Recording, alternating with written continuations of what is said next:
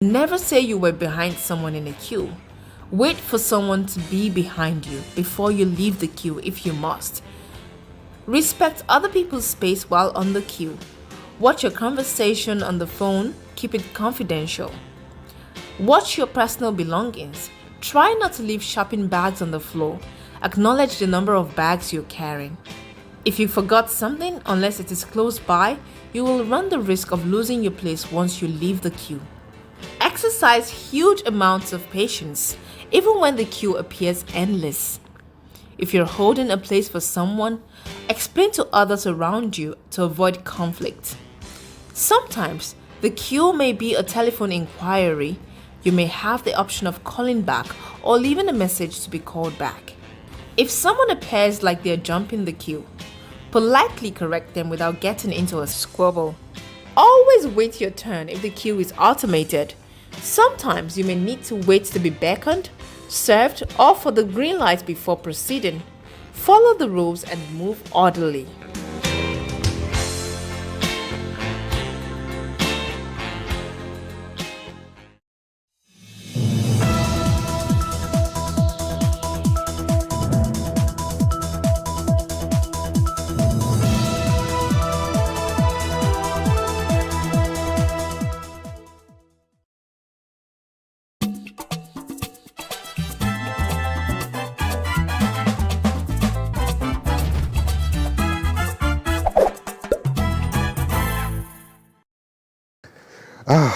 What a relief. Today on the program, I have at least succeeded in making it an all-male guest affair after having failed multiple times to fit myself into the tight women's shoes being forced on me by Helen and Chizabam. 2 male guests, both of them ready to deal with our carefully selected topics on your favorite wholesome program. Welcome to Today with John and Helen, live on PlusTvAfrica. With me is my charming and intelligent Chizabam Ufegbu. And as usual, she will be handling the Culture Conversations segment. So Chizabam, male guest, yes, for you too? For me as well. Okay. Yes, my guest is a male, photographer, and an archer. Great. And we'll be talking about expanding the representation of young Africans in sports. And I must say this ahead, it is going to be very interesting. And I believe you. I've So, not had an archer before, so yeah. So John, before we go and bring on our guests, what are the topics for our guests? Or do you want to keep that a secret? Our guests today, like I hinted earlier, will be giving us something interesting. My first guest, being a celebrated TV personality and master of ceremonies, will be unpacking the business of emceeing. That should be interesting to know, given that I operate in that space too, and knowing that a lot of Nigerians, would like to figure out how to make a business out of what most times starts as a hobby. There's a lot of money in that industry. And your second guest? Yes, my second guest will be looking at leveraging AI in the Nigerian business space. So it's all business today. But tell me, Chizabam, what would you say has caught your attention this past week that you may want to share with us? Christmas. It's smelly. This is smelly, and one thing that I love about the Christmas period and Nigerians is, regardless of the economic situation, we're sure it's going to be a fun fair. I don't know where we're going to find the money, but somehow we always find the money. I wish I could share your optimism. Be seriously, because I went to the market this week and it's crowded. People are buying stuff.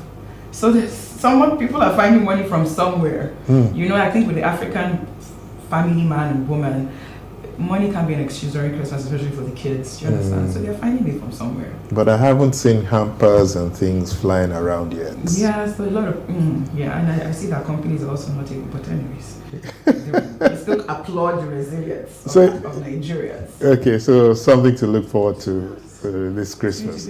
Okay, so before we welcome our first guest on the program, let's take a quick break and we'll be right back.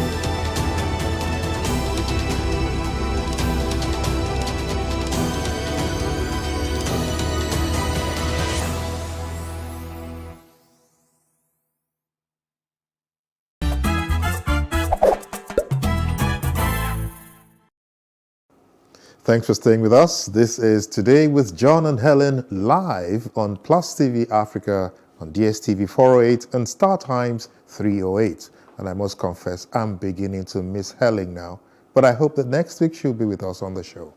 My first guest has a highly intimidating profile. He's introduced presidents, vice presidents, members of the National Assembly, state governors, cabinet members, and other top government officials, and countless corporate, entity mavericks. He has worked with scores of blue chip companies, forums, and associations across the land. And he is president of Power Talk Services, a public speaking and talk service provider business with a mission to provide first-class, top-rate solutions to clients' talk needs. His active portfolio includes roles in Teen Souls, Desperate Housewives, Africa, and so on. He's also done voiceovers for documentaries and radio jingles. Please welcome my first guest here to talk about the business of emceeing, Temiloluwa Awon Biogbon. I got it, right? Temi, welcome to the show. Thank you very much. I had to take that surname carefully. Yes, I can imagine. It is indeed a jawbreaker and a mouthful. Awon Biogbon. That's how I usually pronounce it myself. Awon Biogbon. Yes. That's a very rare. Anyway, we'll come to that. We'll come to that. So it's so interesting to have someone who operates in the same space with me, and I'm elated to have you on this program. But I think our viewers will also like to know a lot more about what this business of emceeing is all about. So I'll dive into the questions right away, okay? So now you've worked with high-profile clients, like we said earlier, and you've also handled several events. Could you please share a memorable experience or event that probably had a significant impact on your career as an MC and maybe shot you into limelight? Well, I'm not particularly sure there's a certain event that I can say that this was what projected me, pretty much. But I remember for a fact that even before I started this business, I was a talkmate in season 1 of the Debaters reality television show hosted by PlusTvAfrica Productions, led by Moabudu and sponsored by GT Bank. So that was pretty much what gave me that platform to start what I do now. So that pretty much like gave me that opportunity and put my foot in the door. But when it comes to events, pretty much, I think I would cast my mind back to maybe 2011 or 2012, I cannot remember. It was an oil and gas event. It was an event put together by the committee, House Committee on Local Content. So it was a local content summit in Port Harcourt. And that was going to be my first time in Port Harcourt. So if I wanted to pick a particular event, I think I would pick that. I think I would pick that. Yes, certainly. It was pretty much my first oil and gas event. And the good part is that the audience did not know that it was my first oil and gas event. And thank God the event actually went well. So for the first time, what about the butterflies? it went well. The butterflies. Well, when it comes to having butterflies in one's stomach, the truth of the matter is this. We're all humans, right? Yes. And irrespective of how many years you put into the public speaking business, the butterflies will always be there. So it's now a question of what do I do with the butterflies? Do I allow the butterflies multiply and overshadow my ability to do a great job? Or do I just face the camera and face the people, face the audience, and just do what is most convenient for me, which is in the sphere of my natural skills, abilities, and talent. So that's pretty much how that works. Yeah, absolutely. That's pretty much how it works. There'll always be butterflies. It's about what you do. They're always there. So for aspiring MCs, masters of ceremonies, what key skills or qualities do you believe are essential for success in the business of MC, especially when you're starting as a hobby? What are the skills? That's a very, very important question, John. Thank you for asking me that question. Now, what I like to say is this. The very first requirement is what I call personal conviction. I'm going to explain that in the next few minutes. Now, personal conviction is pretty much a three-part process. The first part is that you need to identify problems that exist in society that your business will be able to solve. That's the first part. The second part is that you need to accept the responsibility for providing solutions to those problems that exist that you've already identified. In other words, you need to accept the responsibility that comes with being a solution provider to those problems. Now, the third part is this. You need to accept that providing solutions to those problems you've already identified in the first part is your life's work and your calling. Now, those three parts together constitute personal conviction. For me, personal conviction is the most important requirement if you want to be a master of ceremonies. Trust me, it will stand you in good stead when the times, as we like to call them, get to be tough and rough.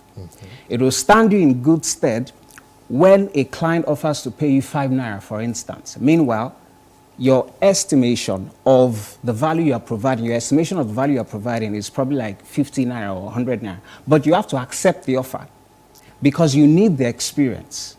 And if you do not get that experience, there will be no opportunity for you to grow capacity on the job. And you need that capacity because you cannot be a master of ceremonies in name alone. You need to have a lot of events and gigs under your belt. And that is how you acquire experience. So your portfolio. Exactly. Growing your portfolio. Exactly. Because when you bid for a job, for instance, clients will ask you, what have you done before? It's a valid question, really. Yes. And sometimes you don't even have enough brand visibility. You don't have brand equity. You don't have name recognition. So where do you want to start from? So sometimes you need to take some of those jobs. You need to take some of those jobs. They're not exactly offering you a mighty amount of money, a considerable amount of money, but it's an opportunity for you to acquire experience. Absolutely. So that, for me, is the first requirement, your personal conviction. Because when you have clients who do not really appreciate the value that you bring to the table, your personal conviction will stand you in good stead and ensure that you show up for work and put out your A game and do a great job. So that, for me, is the first requirement.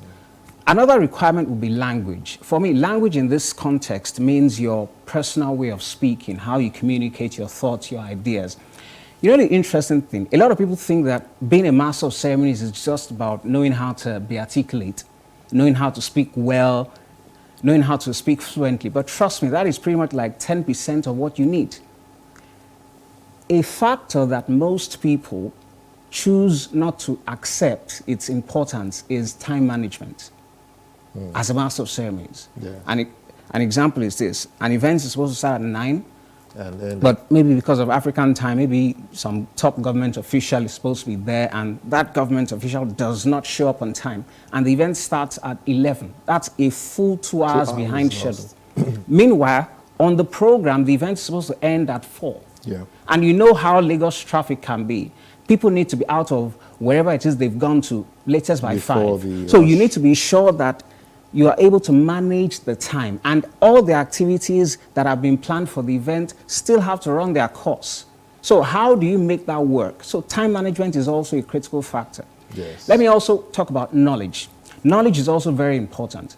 For example, you have a corporate event and people are there to listen to a particular subject matter. Now, no one expects you, if it's a conference, for instance, no one expects you to be the subject matter expert.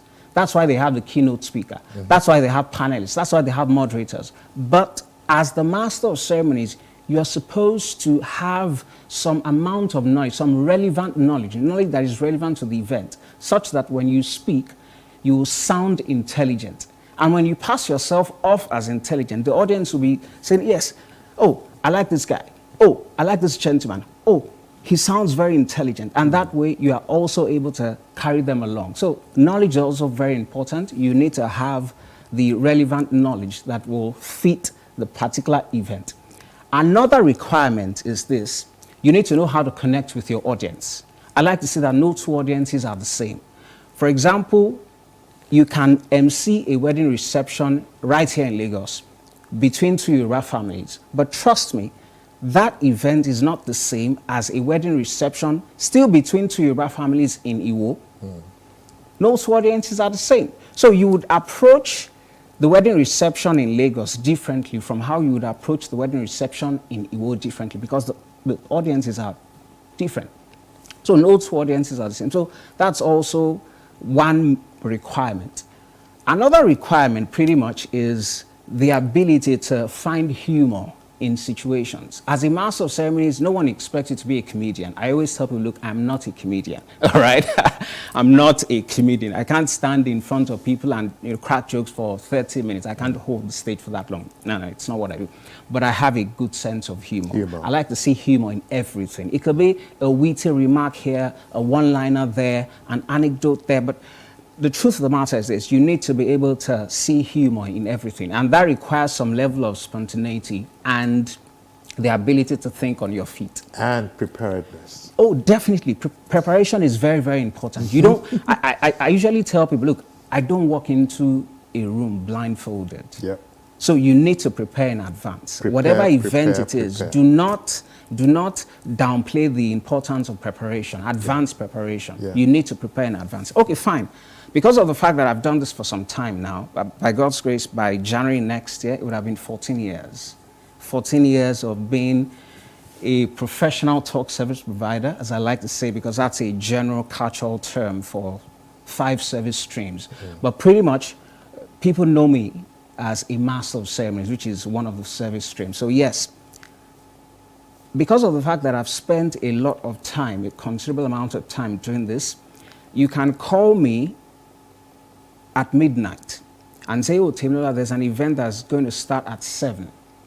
And because of the fact that, okay, I have some considerable experience doing this, it might not take me so much time to prepare for the event in advance. I've had experiences like that.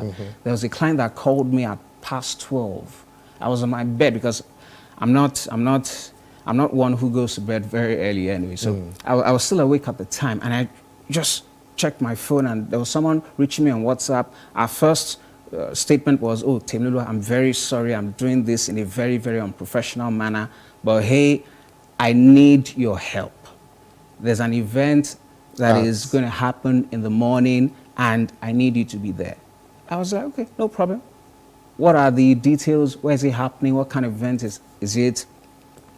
And I was there about 2 or so hours before the event starts. Oh, interesting.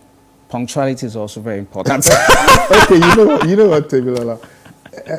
Just so that we don't turn this into a master class this morning. Let me just ask you.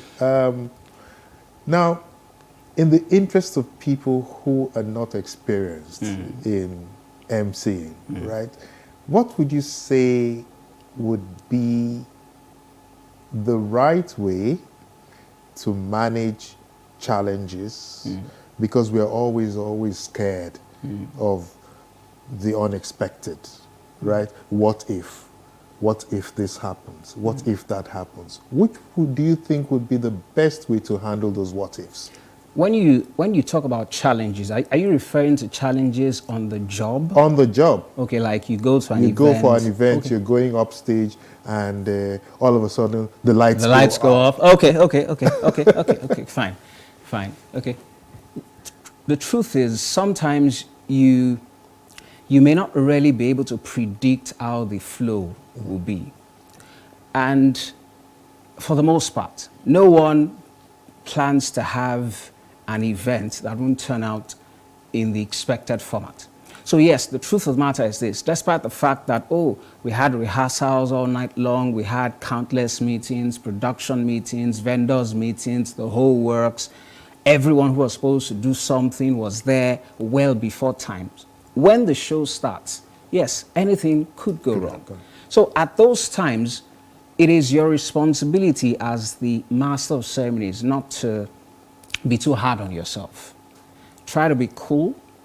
try to be calm and try to be collected, because your composure has a way of being Rubbing transmitted to the audience. Yes, it can rub off on the audience. And trust me, as the face of the event, you want to be sure that you portray the event in good light. It also speak well of the organizers eventually. So sometimes when those challenges arise, your best bet is to try to take it in your stride. Don't let it get to you. Just accept it as a way of life and try to see how you can find a way out at those times, because the challenges can be pretty much from anything like the mic not working when you're already on stage and you're speaking into the microphone. That's not the time for you to wear a frown, because when you wear a frown, everyone can see it.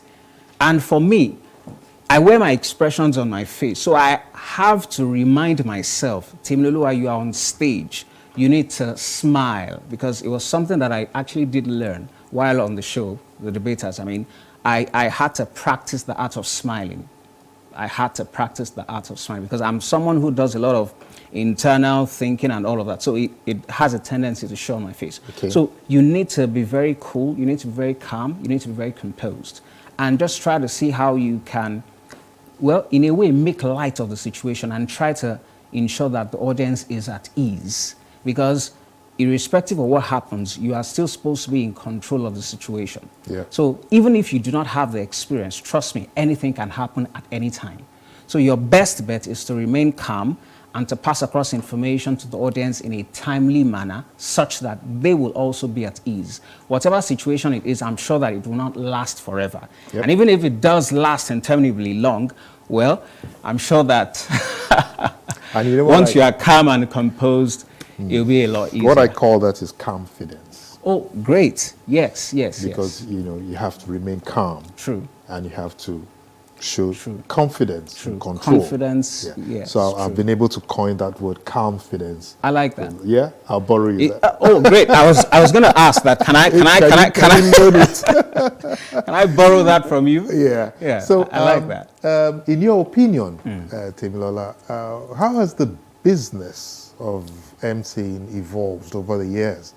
And what trends do you foresee for the future of hosting events? Well, as long as life remains in this present form, there will always be events. There will always be physical events. I know for a fact that when COVID happened, no one saw it coming.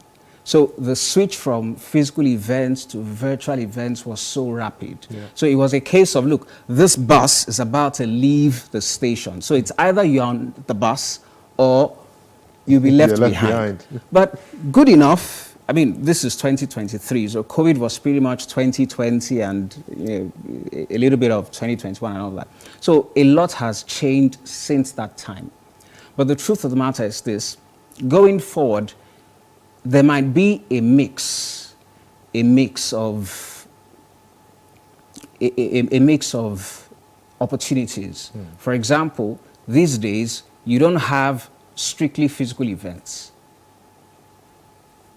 COVID has introduced the word hybrid into the event lexicon in Nigeria. Before COVID happened, we never had hybrid events. You just had to be there. You had to be there. Okay. So now it will require a different skill set, because you don't necessarily require the same skills that will apply to a physical event as a virtual event. So the business has evolved in such a way that it now has room to accommodate unexpected events, unexpected occurrences, unexpected happenings. So now you have not just physical events, you also have hybrid events. And yes, there are still people, even in today's world, who still have virtual events, 100% virtual. So you need to be dynamic in terms of the skills that you acquire. Because trust me, I don't see that changing anytime soon. So it has come to stay. So this is going to last for a while? I believe so. Yes. I believe so. Most events are hybrid in nature these days. You can't take away the physical aspect of having people come together. But yes, in addition to that, trust me, there'll always be the online component. Yeah. So you need to know how to not only manage the audience that you can interact with in person, but also the online The virtual. audience. Because sometimes you even have your speakers, your panelists and moderators joining online. That's right. And when you introduce that kind of dimension into the event, that also adds some layer of complexity into it. For example, I was at an event last week. It was in Abuja, and one of the panelists was joining us online. So looking at the screen, I noticed that the icon, all right, it was a Zoom Yes. interface. I noticed that the microphone icon was muted. So in my mind, I assumed that that was her screen I was looking at. Meanwhile, it was the screen of the control panel, the technical guys, the media guys. So I was telling her, she was joining us from, Please is it unmute. Austria? So I was trying to explain to her, because I was trying to walk her through the process. Oh, ma'am, your icon, your microphone icon is muted. Can you just look at the bottom left of the screen and click it? We could not hear what she was saying. Yes. But her lips were moving, so it was obvious that she was speaking. Yeah. Anyway, to cut the long story short, it turned out that the issue with the audio was from the media team. But anyway, I didn't know. I thought that that was her screen that we were, looking at. But sometimes that happens. So that's also another skill set, because when you have that online component, you need to be able to interact with the online audience. Oh, ma'am, okay, you're supposed to speak. Can you hear me now? If you can hear me, say a word or two, and the woman says, oh, yes, I can. Oh, yes, now we can hear you. So, okay. So that's also that's an been interesting professional. aspect. Yes. Okay, that's been professional. And that takes me to the next concern that I would like us to talk about as professionals. As colleagues, in the yes. field. Yeah. Now, we have comedians. And a lot of comedians are getting even more corporate and serious-minded events than the professional MCs. True. What's your take on that? I believe for a fact that everyone has their role to play. But the truth of the matter is this: it is easier to MC a role, MC an event that is not strictly a corporate event. Now, for example, I MC all kinds of events. I like to think of a master of ceremonies as being of two forms. Number one, you can be an all-purpose MC. Number two, you can decide to find a niche market to play in. Now, for the comedians, they do a great job, and I respect their profession. They're also professionals, and trust me, they are very good at what they do. I mean, I've worked with a number of them in the past, and I can say for a fact that, yes, they're very good at what they do. But the truth of the matter is this: when it comes to the corporate setting, for instance, you don't really find a lot of comedians that can make that transition. You don't find a lot of comedians that can make that transition. In fact, what created some space for professionals like us was the fact that a lot of clients were giving out their corporate events to comedians. Why? Because they had greater brand visibility, greater brand equity, and greater name recognition. So based on the fact that some of those comedians were unable to do justice to those events, to deliver on the job, the clients now started looking for other options. So that was what created an entry point for professionals like us. Because I remember when I started in 2010, a number of clients had that to say. Oh, I hope you're not a comedian. I hope you're not coming here to spoil our event. And those were their exact words. And I said, oh, no problem, sir. I don't do jokes, but I have a good sense of humor. Okay, fine. Let's try you out. And let's see how it goes. So Temi, say no more. I think you've made the point. Right? I mean, horses for courses. True. Because if you want an event that will be managed by a comedian, please, go get it. Go get it. They'll do a great job. But job. if he runs your event from 1 o'clock till the day after and the day after, don't blame anyone. A professional MC should be able to manage your time and the content. So that's the point I'm trying to make. Now, we're running out of time. Could you please share some insights into the behind-the-scenes aspects of public speaking and talk service, that people might not be aware of? Okay, what readily comes to mind is the fact that it's not enough to have a skill. For the most part, a lot of people are so, especially young people, a lot of young people are so excited about the possibility of doing what they love to do. There's this buzzword. I don't like to use it, but I'm just going to mention it because we're having this conversation. It's called passion. Yeah. But, truth is, look, passion is good. But, passion has to get to that point at which passion is able to pay your bills. Passion has to get to that point at which passion is able to sustain your standard of living. It has to get to that point at which, it's able to put food on your table and, clothes on your body.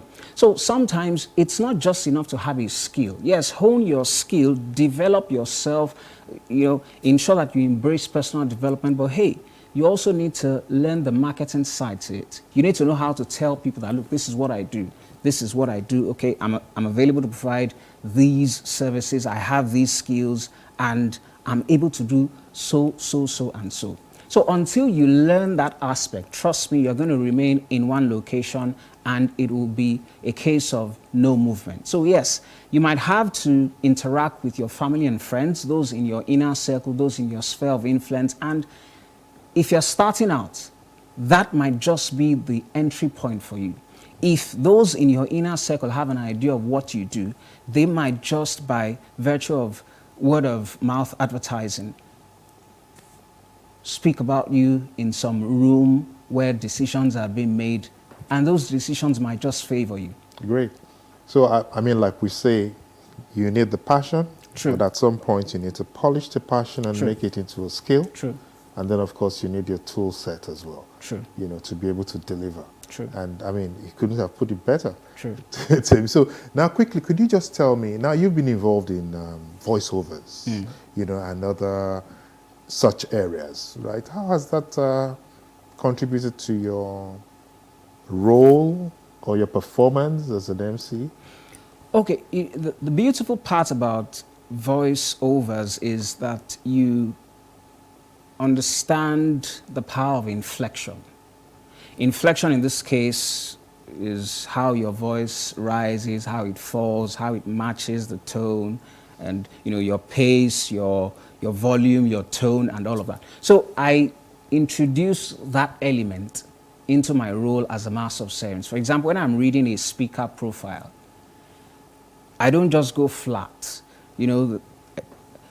I move very fast at times. Sometimes I take it slowly. Sometimes the volume is high. Sometimes it drops. So inflection just has a way of making it very, very musical. And for me, the voiceover element works because people cannot see you. You see, that's the beauty of voiceover. They cannot see you. They So can you only really hear need to you. paint. Exactly. So your voice has to paint a vivid picture in their minds. Because if you fail to do that, you will lose them. And when you lose your audience, whether it's a physical event or a virtual event, you're all by yourself and you're all on your own. So for me, that part of doing voiceovers helps to introduce the element of inflection. So for me, I think that's just the way to go. That's just the way it goes. And I mean, you're right. You're right. Like we always say, it's important for you to be able to paint that picture with words. True. Your words paint more vivid pictures than even photographs sometimes. So I totally agree with you. Temi, I don't know. I wish this could go. I wish this could go on and on and on. Yeah. And but I think we're running out of time here. And I want you to promise me that you'll be back again with us, Plus TV Africa, anytime we call you. Sure, whenever I receive That's if the you're not invitation. too engaged in Abuja. Oh, well. Yeah. Whenever I get your invitation, I'll definitely be here. Thanks so much, I'll definitely by God's grace. Temilola Awobio. Temiloluwa. Wow. A lot of people say that, I like how you pronounce your name because it's a switch. You've been speaking English in the very, very fast and polished way, and suddenly you don't anglicize your name and you go all Temiloluwa. So, wow. So, Thank what you an very much. eye-opener there. I guess so many of us in the business of emceeing Must have taken away a lot of tips from Temiloluwa Awonbiogbon. Many thanks, Temi, for coming to the show. Next time, we hope to have you. Thank you with for us. having me. So next up, our second guest, an IT enthusiast and more importantly, an astute businessman who has influenced his space in many ways than one, will be joining me. But first, let's take a quick break. This is Today with John and Helen live on Plus TV Africa. Stay with us.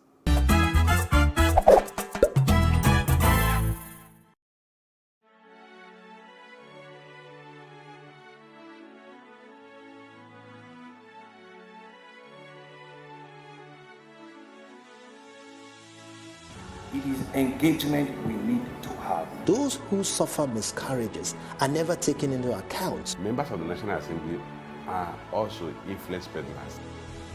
You are sitting on Nigerians' money. From the Babin, I pay my rent. On the Babin, I send my children to school. A consultative engagement. No any tangible notification before they ban us. It's one thing for people to be at your back and the heat of the moment, and another thing for them to still be with you when push comes to shove.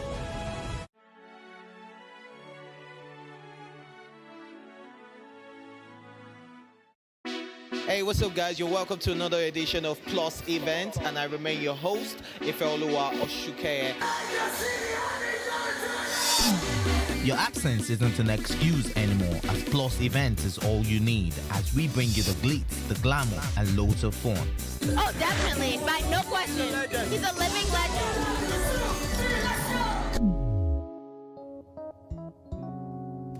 Oh, God forbid, Holy Ghost fire, I know. I just want to be blown away. I want to be wild. This is 11 years of doing it.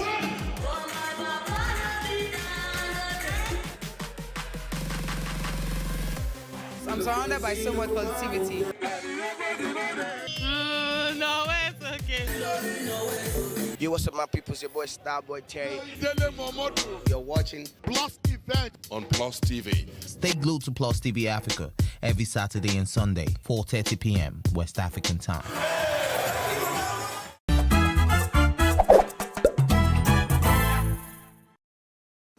Thanks for staying with us.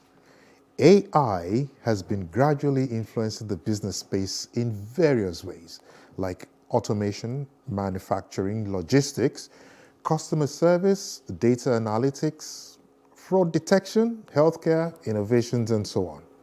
My next guest, Chief Osarity, is a multidisciplinary creative whose practice spans design, branding, and technology.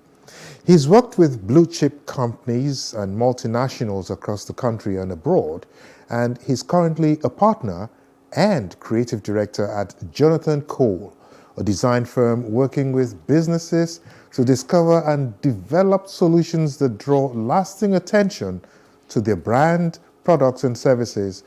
And he will be unpacking how to leverage AI in the Nigerian business space. Chief Osarity is already here in the studios with me, and wow, I would simply like you to join me as I welcome him to the show. Welcome, Chief Osarity. Thank you very much. And I emphasize Chief. Are you a chief, or are you Chief? Chief is my first name. It's not like title. Chief is your first name? Yes, sir. Wow. How come? It's an interesting story. Do you have time for it? No, I don't. Let's move on. Let's move on, because quite frankly, that question, you will have template answers for that question. No, not really. There's the same answer all the time. It's the same answer all the time. Now, Chief is your first name. Chief is my first name. Okay, so we'll keep it at that. Yeah. Right? Okay, so we're talking leveraging AI Yes. in the Nigerian business space. And in your experience, how has AI impacted the design and branding industry? And what opportunities do you see for further integration of AI into all of this? Yeah, thank you for having me. I would say that AI has typically transformed various industries across the entire globe. And in just a simple form, of course, people know about Canva and tools like that. Now, before, one of the simple ways is that now you can typically take an image that you liked, and you need the image to be more things, so you need to see more things in the image. You can just prompt something within AI or Adobe Illustrator, Photoshop, for example, and tell it to expand the image, right? And you can get more stuff you can do more stuff with the one particular image. Even in things like writing copy, understanding briefs, even coming up with design solutions and design ideas and just ideation, so to speak, in that entire process. Before you needed a lot of people, you needed a lot of time to do that. Now with AI, you can sort of fast track that process, or sort of use AI as a thinking companion to get stuff done in less time. So, thinking companion? Yes. Some people see you as a cheating companion. Not necessarily. Because it thinks for you now. So no, I would argue that the quality of answers that you get from AI is based on the quality of information and knowledge you have as a person, right? So you've probably heard this phrase before. People say a lizard in Nigeria is a lizard abroad. There's nothing different from lizard now, but the quality of the information you have determines the quality of output. So even when you're asking questions now, there's you can ask somebody a kind of question and the person will give you a certain answer. You can say, "How are you?" and the person can say, "I'm fine." You can say, "How are you really doing, my brother?" It's a different. It's the same question, but the tone is different. The style of the question is different, and one will get you a deeper answer and tell you the real heart of the person, versus the other one just tells you it's a surface level thing. So it's a garbage in, garbage out. Essentially, yes. Yeah, I understand. So really, I shouldn't be guilty anymore. No, there's nothing to be. Because sometimes I feel guilty. It's technology. But it's like I'm cheating. No, it's technology. just because you have something to do work faster, yes, and cheaper, doesn't mean you should be guilty about technology. It's going to happen. If you don't use it, somebody else is going to use it. So. Thanks for letting me off that hook. You're welcome. So now, could you share a specific project, as an example, where leveraging AI brought about transformative results for maybe a business or brand that you worked with? Yes, so there's one of our clients had some issues with their website in terms of how users were using their website and things like that. So what we did with AI was use AI to understand the data that they already had on their website, and then recommended solutions in terms of design. Okay, the buttons should be here because your clients and your customers are using your website in this form. Another prominent example, this is not our project, but it's something that made the news recently, is Travel Stats. They recently developed an AI tool that helps you with your travel recommendations, booking tickets and things like that. Another great example is Flutterwave. Flutterwave also uses AI to detect fraud and things like that. So again, they could have hired a lot of people to do that, right? But now, and had people on standby to get that done. Now with AI can detect those things before they happen, or while they're happening, or even 2 minutes before they're happening, and prompt you to say, "Oh, this particular thing is happening. Here's how you sort of avoid it." I think those are sort of like 3 great examples of how AI is being used currently. I'm a little uncomfortable with the pace at which AI is transforming things, because if we look at the peculiar nature, of Nigeria, for instance, we have a lot of people who live in the urban areas, the rural areas, and all of that. Yeah, urban dwellers, may be able to catch up quickly with but what about the rural people? How does this help them? How do they catch up?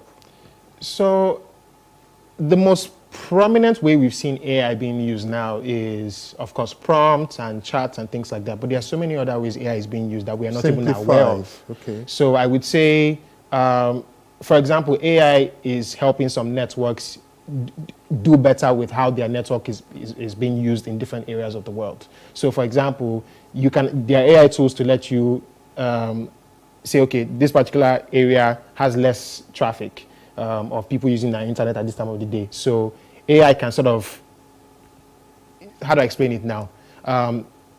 Push the load. So you can have better network in a particular area at a certain time because there's more traffic there. And you can have great network at this area because there's less traffic there. So AI can help distribute load of server or push more resources to this particular area at a certain point in time.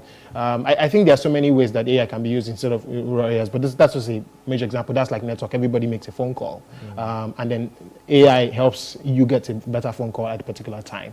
Another way is language. Sometimes taking resources and tools and things to different communities, language is a huge barrier. Yes. You don't have to find somebody to translate that. You just have to use AI to translate that same language in the context that people understand in that particular community, and then you can now communicate with that particular community based on what AI has helped you do, as against hiring a translator to do that. Yes, some people might be out of job for that, but hey, you save money on that particular project. So I'm even more worried about my grandmother in the village.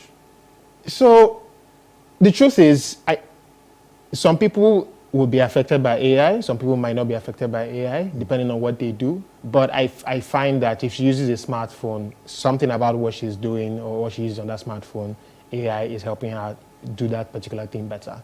Maybe before it's a lot more difficult for her to understand some certain things. Now with AI can translate something to her in the language that she understands because she has, a particular smartphone, so to speak. If you have just a regular, phone that just does phone calls and that's the end of text messages, maybe you might not be affected by AI, but not affected, or AI is not aiding what you're doing. But if you have a smartphone, I would argue that you're already using AI in some sort of way, in a small form or large form. Well, I hope she's not watching this program, because what that means is I have to get her a smartphone as quickly as possible. Now let's go back to the business of AI, and leveraging it in Nigeria, which is our topic for today. What do you think are the key challenges and benefits of incorporating AI into the operations of Nigerian businesses? Because now it's a global world, and I know that all of what you're talking about, is worldwide. We are peculiar. Our environment is peculiar. How does all of this fit into our business models? So typically the way businesses are designed generally is that you find a solution to someone's problems and people pay you for that. Now people can want you to solve that problem quicker or faster or cheaper. Now some ways to solve that problem cheaper would be, say, if you needed to hire 10 people to do a certain job before, and you are paying each of those people 100,000 naira per month for salary, that's 1 million naira for 10 people in a month for salary. Now, if you had AI doing some of those tasks that those people are doing, you can do two things. You can let go of some of those people, which is not exactly a great thing, right? But you can let go of some of those people, and let's say you have 5 people doing the task, and the other 5 tasks that needs to be done, AI is sorting those things out for you. Then you've saved costs. That's 500,000 naira you've saved on the salary per month. And over 10 months, that's 5 million naira you've essentially saved. AI can help you sort of solve some of those issues. Another area is data, understanding your data. You can use AI to sort of comb through your data and get a better understanding of what your customers are doing and buying, and then make a better purchase decision, or how to, sort of, when you're buying more products or introducing new services. One other great example that I find is with TravelStart, for example, using embedding AI. AI can help you find deals at certain times or recommend a better travel route for you. You might not need to chat with a support staff on the go, but AI can help you sort of find your path for travel, to anywhere you want to in the world, because you don't have to hire people to do that per time. Now, AI technology can be there any time of the day to solve people's problem in any language they want. Also, with AI, you can reach more people, because now the language barrier has been reduced. Before, you needed to hire people to convert a lot of your data and your information to the language people understand. Now, my mother or your mom in the village can easily go on TravelStart, and AI can speak to her in her native language and help her book a flight ticket, so to speak, if she wants to. Yeah. Chief. I'm putting you in trouble. You worry me. You worry me. You worry me. Honestly, you worry me, because we have to wrap up in another 2 minutes. Could you just give me a little hope for small and medium size enterprises? Any hope for them to catch up with this AI thing? Yes. Find any of the AI tools you can use and start to implement it in your business. Start to learn how to use these tools. Start to find ways to integrate these things into your daily life, or into anyhow your business runs. From ChatGPT or Bard or any of the AI tools available out there. I'll hold you to that. No problem. Yeah. Great stuff, Chief Osarity. Thank you very much. I must say that, have we spoken for 5 minutes? It feels like it's been shorter. We've been shorter, so that means we need more time. We have to do this again. I agree. So you see, times have changed for those of us who are still wallowing in the dark ages. AI has come to transform the world. And indeed, it's important for all of us to plug into this new wave of technology. So there we are, Chief Authority, our second guest on Today with John and Helen, taking questions on how to leverage AI in the Nigerian business space. We'll take a break now. And when we come back, my lovely Chizabam engages her guest on the Culture Conversation segment. Chief, thanks so much for coming. Thank you very much for having me. Okay.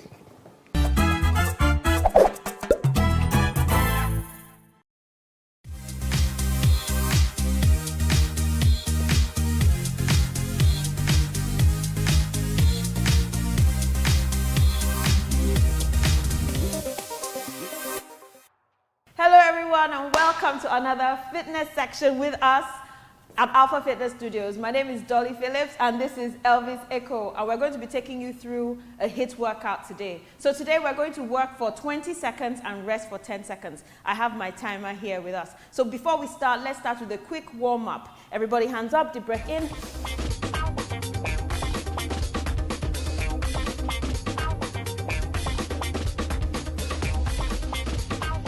Shoulder rolls back, hands on the shoulders, rotate. 1. Opposite direction. 5, 4, 3, 2, and 1. Let's reach over. 1.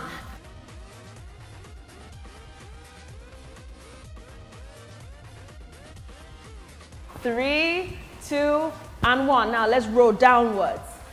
Release those hamstrings. 2. Very good. Nice and slow. 3. Good job. 4 and 5. Knees up. Let's go touch those knees. Wake those abs up. 1 and 2 and very good. 3 and 4 and 5. Hip circles. We're rotating. 5 to the left. Let's go. 5. Reverse direction. Let's go. 5, 4, 3, 2, and 1. Shake it out, shake it out. Are you ready for this workout, Elvis? We're ready. Okay, so I have my timer here. We're going to start the timer. The very first workout is your flutter kicks. So once you hear the whistle, we start. Once you hear the next whistle, you stop to rest. Are you ready? Let's go.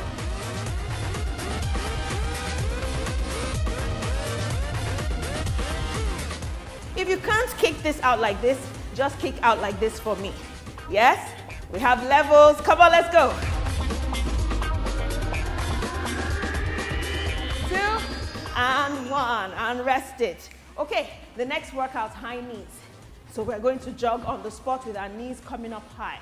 Are you ready? In 3, 2, 1, let's go. If you can't, this is enough for me. Just make sure you continue moving.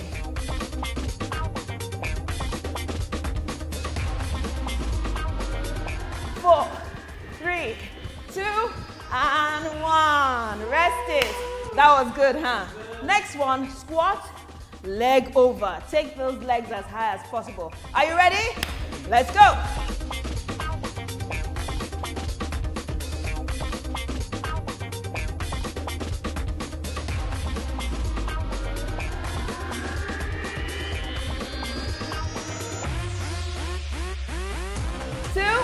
And 1. Wow! Did you feel that one? Now we're going down to the floor. Hands down. Send your legs back. Let's go, Elvis. Mountain climbers. Let's go. Push it. If you can't do this, you can just stay in plank or stay in all fours and pick up your knees.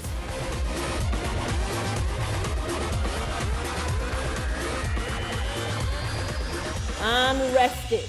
We're still on the floor.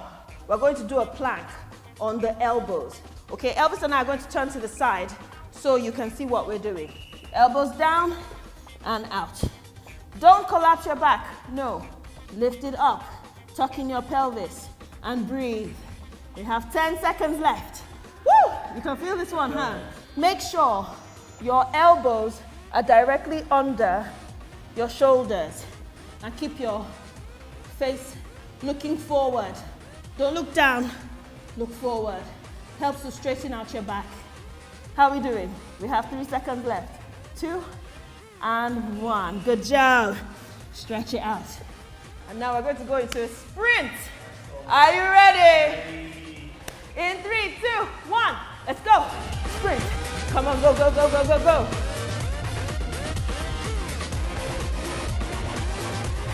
Faster. 2, 1, and relax. Impossible. Anyway, so let's stretch it out now. We've come to the end of this one. And out. Good job.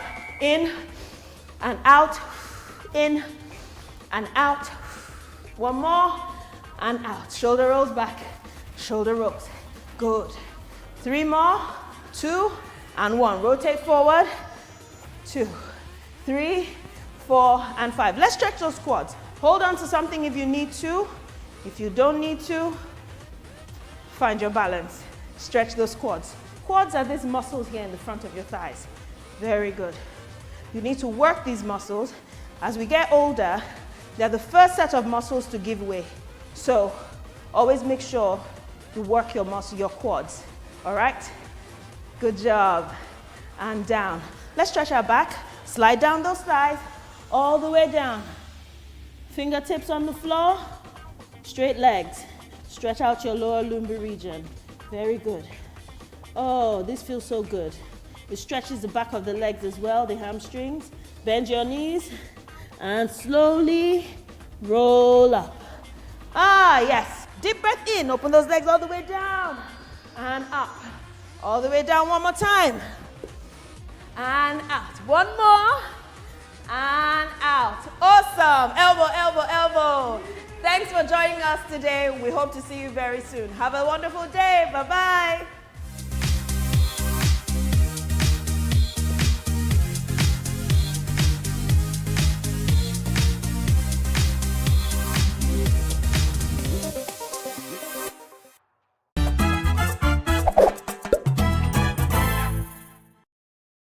On this segment, we'll be taking on the topic expanding representation of young Africans in global sports. My name is Chizoba Mofebo. Welcome to Culture Conversations.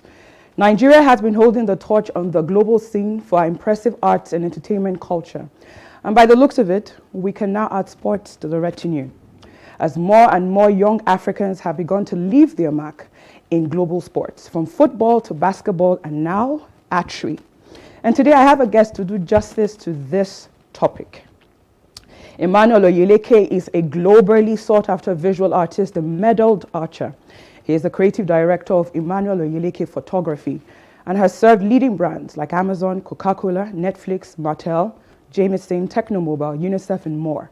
Emmanuel is also an official Canon ambassador. His passion for the sports of archery ignited in 2018.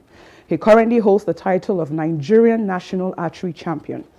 In 2022, he proudly represented his country at the 12th African Archery Championship in South Africa, where his team secured silver medals. He is also the current captain of the Nigerian archery team.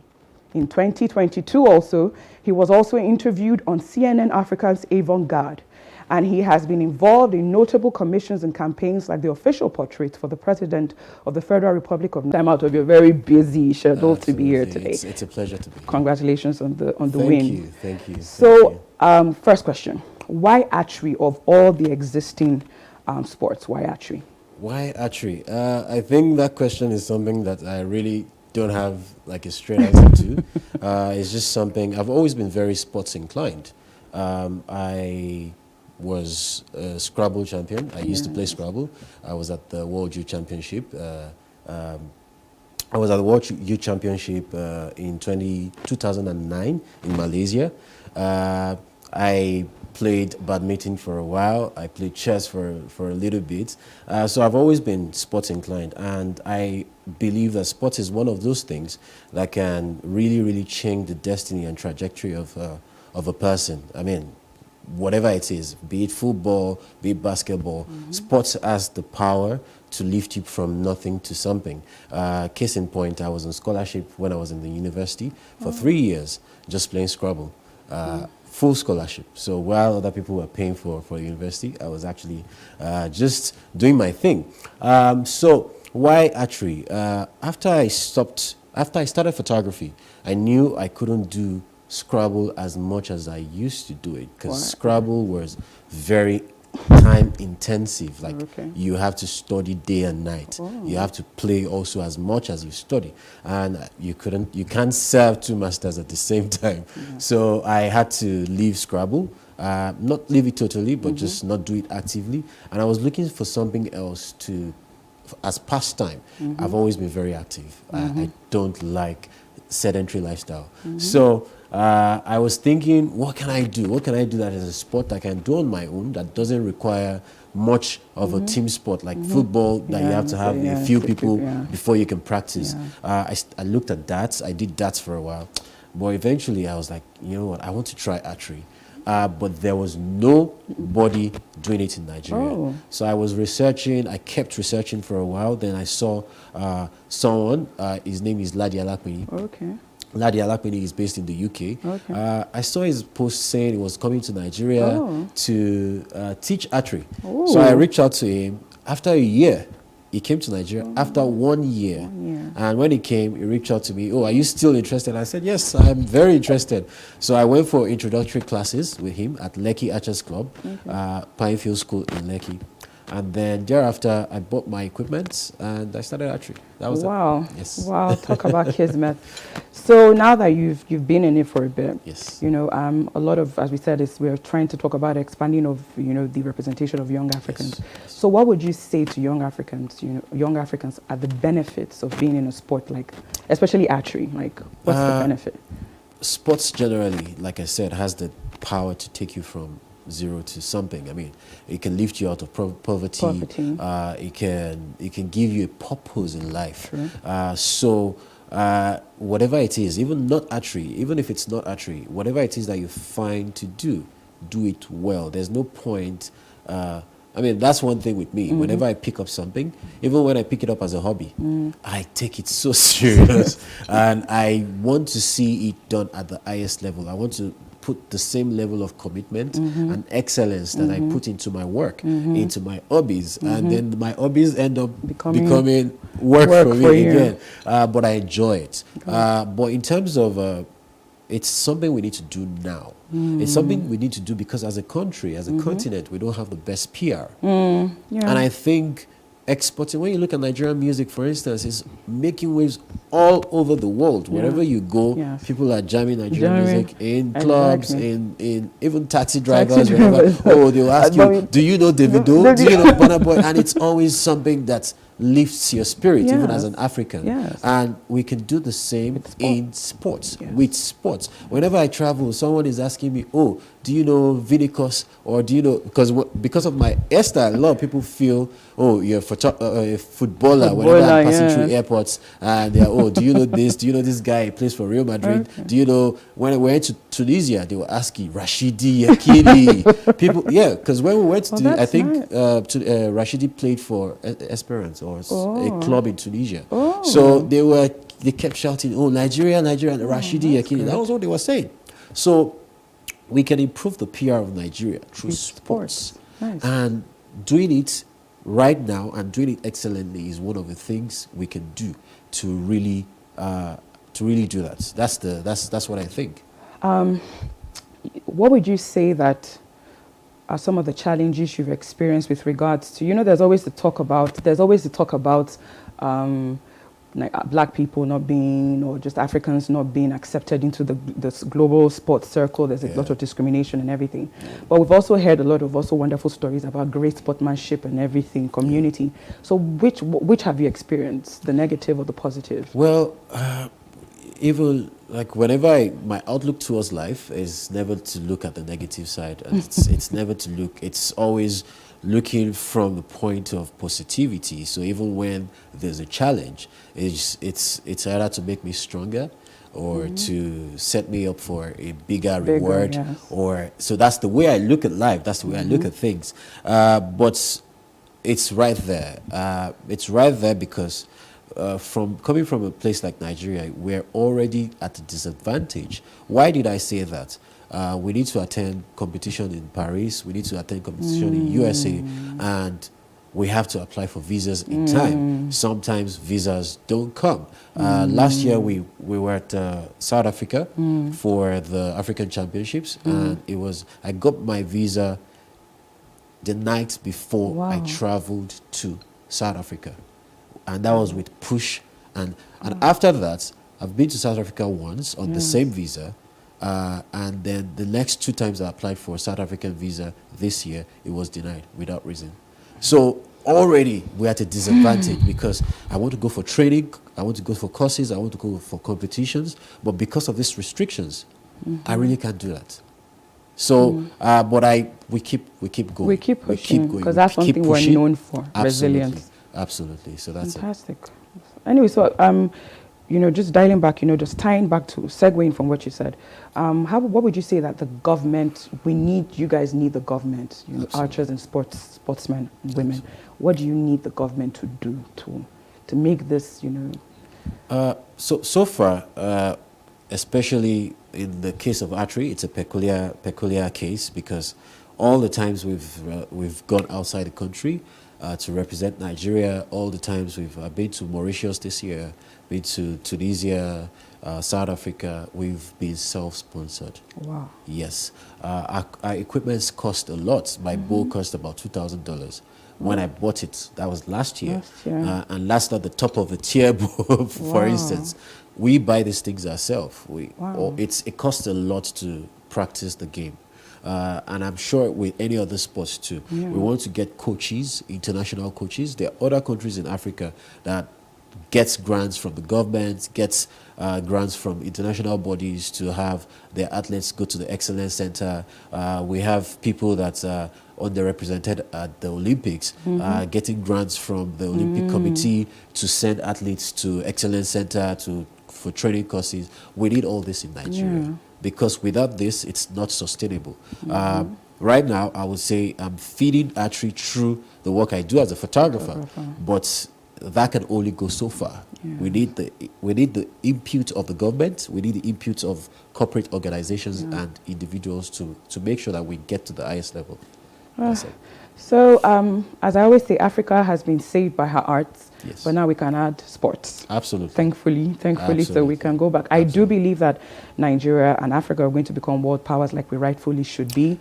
You know, and I know that it's the young people doing that for us. I think it's the will of people coming together and having a goal. For me, my goal right now is to break the African record by next year.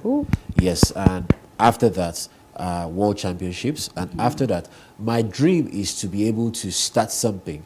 I mean, I might not be the one to go to the Olympics. I might not be the one to win the Olympic medals, but I've started a platform. I've inspired someone to say, oh, Emmanuel has done it, I can do it too. That's the dream, that in the next 8 years, we can produce archers that will go to the Olympics and will win medals for Nigeria.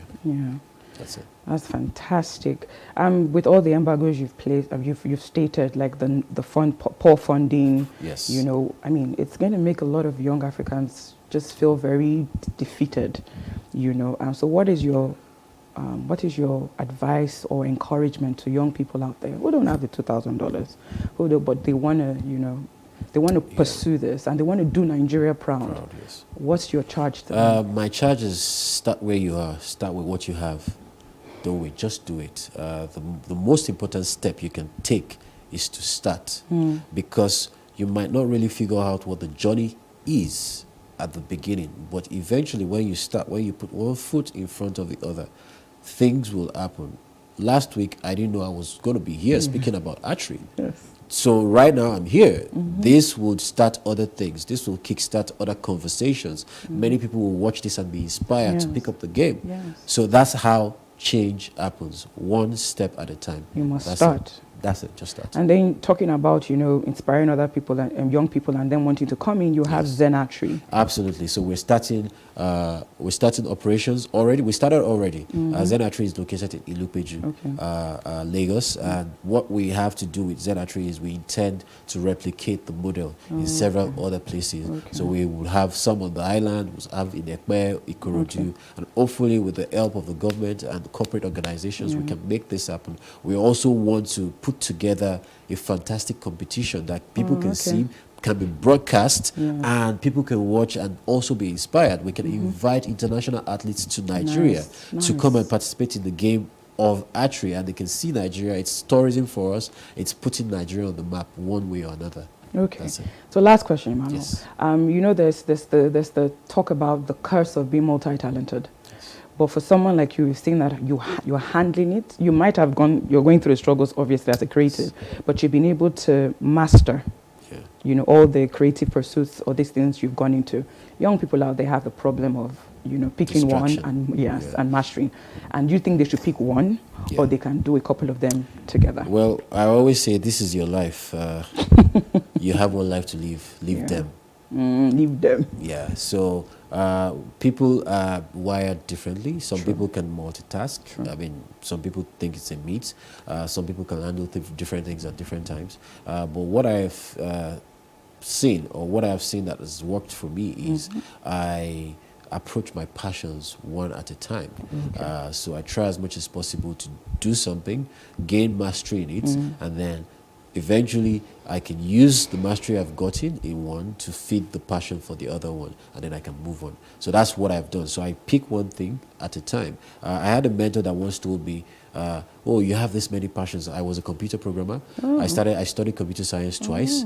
Polytechnic and university. I was building web applications. I was doing designs. I was doing photography. I could play Scrabble. I could cook. Yeah, so my mentor told me, Isaac Mokbai, he said, you know what, if all you had was one talent, what would you do with that one talent?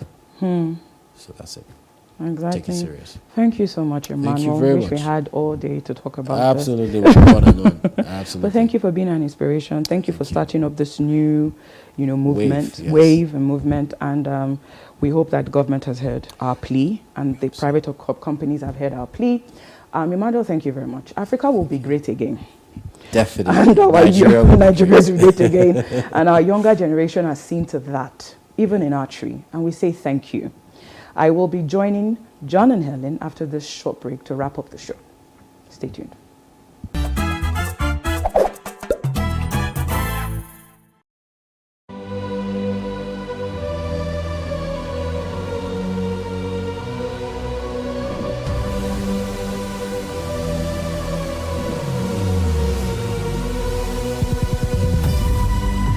What we do not understand, we will stigmatize. What you can see is the remaining of the tanker that exploded. The suspect equally confessed.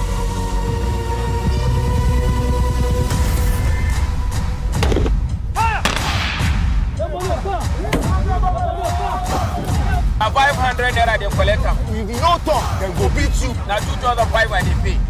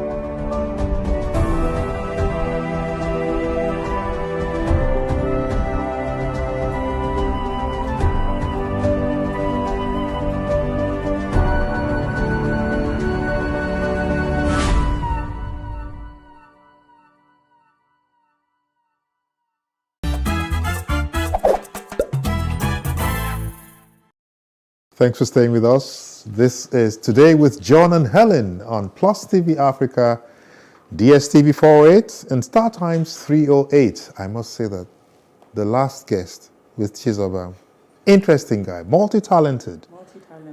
Archer, medaled archer, photographer, scrambler. How did he do it? I mean, the level of excellence. Yes.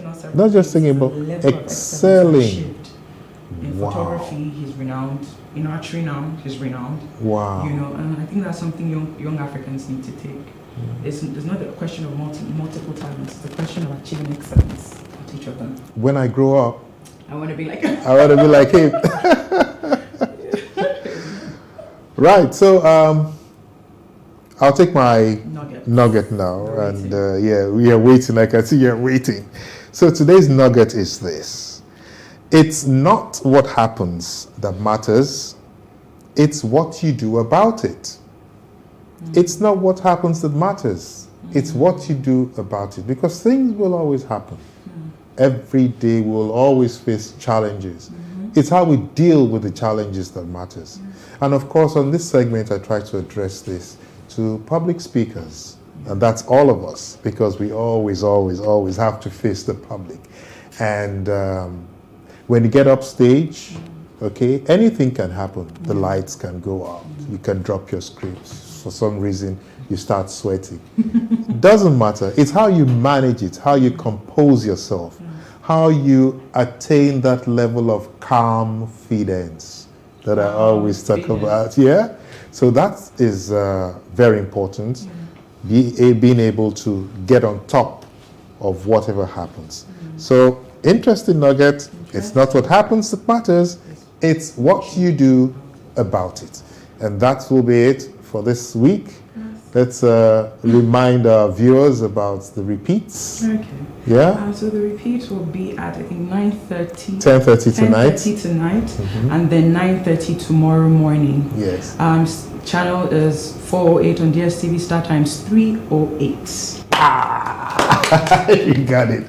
So that will be it. It's been real fun being with you again this week. Hope to see you again next week. From me, John Senaya. Goodbye.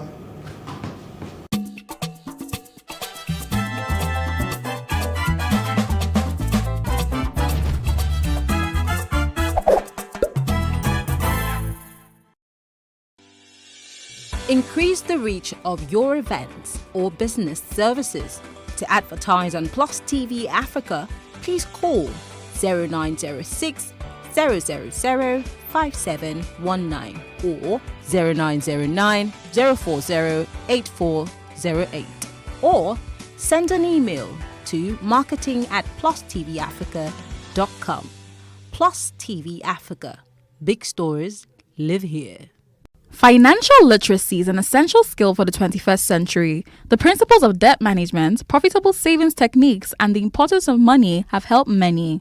In 2011, the Central Bank of Nigeria made a commitment to reduce the number of financially excluded Nigerians from 46.3% in 2010 to 20% by 2020. Many fintech startups are plugging into this gap and targeting niche markets.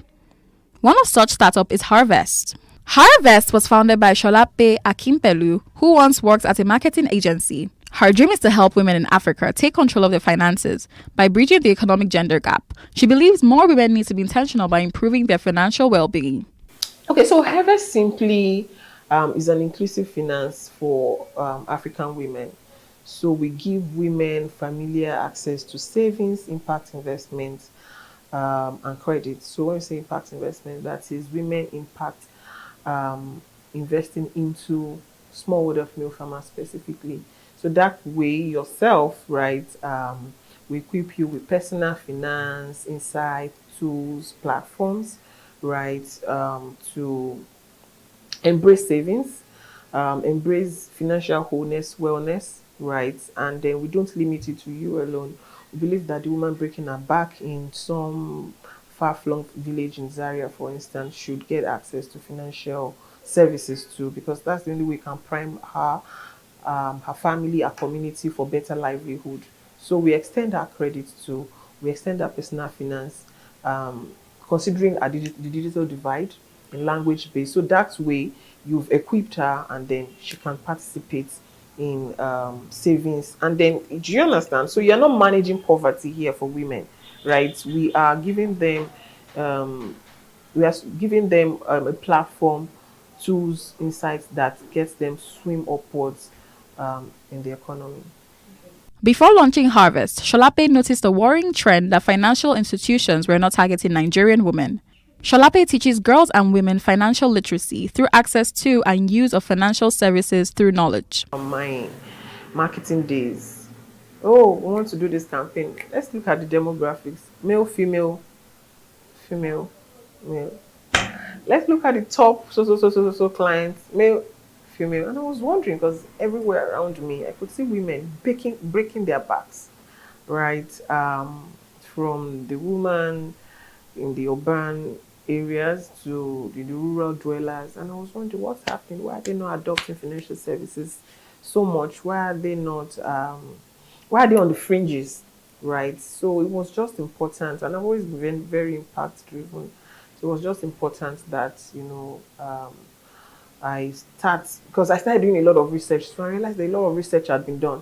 So people were doing research and dropping, oh, this is the number. Oh, Nigeria is the only West African country on the priority list of financial exclusion, right? That is for gender, right? Ghana was there before Ghana moved on. Then we are there with India, Bangladesh, and all of that. And we're wondering, why is Nigeria still here? So someone just had to do something, not just tell the story, not just state the numbers, not just quote the numbers or statistics, but do something to shrink that gender gap. Each startup has its challenges. First, poor state of infrastructure. So by infrastructure, talking about digital and physical infrastructures. Talents too, right? We're losing a lot of talents to the West. It's painful when you look at it because we have amazing, like a wide, capacity as a country, raising talent, but then we lose the same talents in the same breath.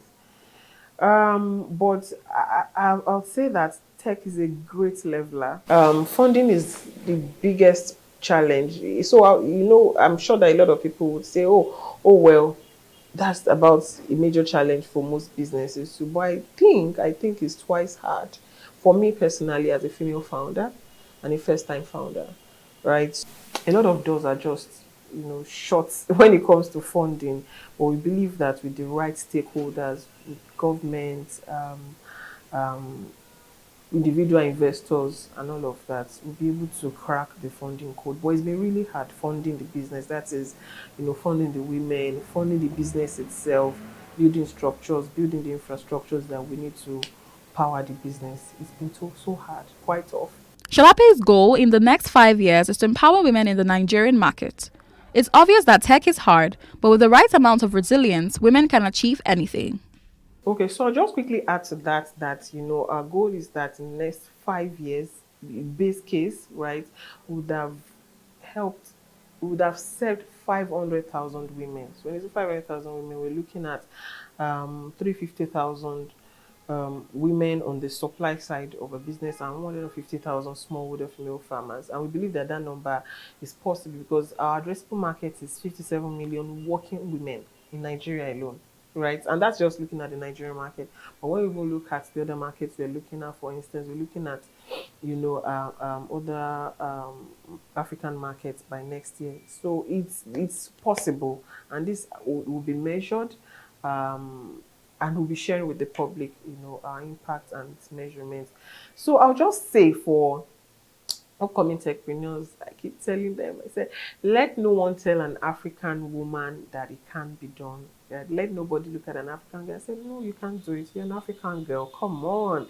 The customs, everything is, tilted against you. Kick them right in the middle, right? Put a fist right in its face because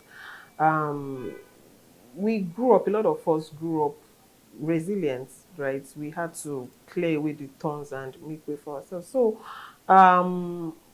it's hard. It's double hard. So tech is hard, right? It looks glam out there, but it's really hard. Trust me, because I say especially the infrastructure. You're working with a string of codes. That's why I tell people, right? Something can break somewhere. It works now. Then we all drive cars. A car takes you somewhere, and then you want to go home. It isn't working again, and you're wondering what happened. So much more string of codes from one point to another. Something is not returning, and you have to fix it. So you just have to also immerse yourself in the problem, it's important to walk in the shoes of whatever problem you want to solve. It's very, very key. I would say secondly, you just have to, the starter pack, you have to come in very, very resilient. So many days. There are some days I still wake up and feel like, where do I draw the line here? So many days, you have that feeling, but you got to keep going on. And then, thirdly, I would say that it's possible that you get to places where it looks as if, you're not wanted at the table. It's okay, but it's fine to create your own table, right? And but whatever you do, be less concerned about the glam, be less concerned about the glitz, but be more concerned about the problem you're solving for. Be driven, be mission driven, be impact driven, and the rest, will come with it.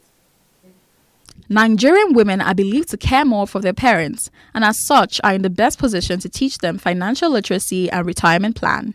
Okay, so I would say that typically the Nigerian woman, of course, suffers from the black tax, more of that. I personally tagged it Ada syndrome, right? And that is, you see parents saying, I want more girls because girls take care of their parents. Men, when they take a partner or something, they don't, but the girls, oh my, and it's a good thing. And those are the things that we keep having conversations about in our community.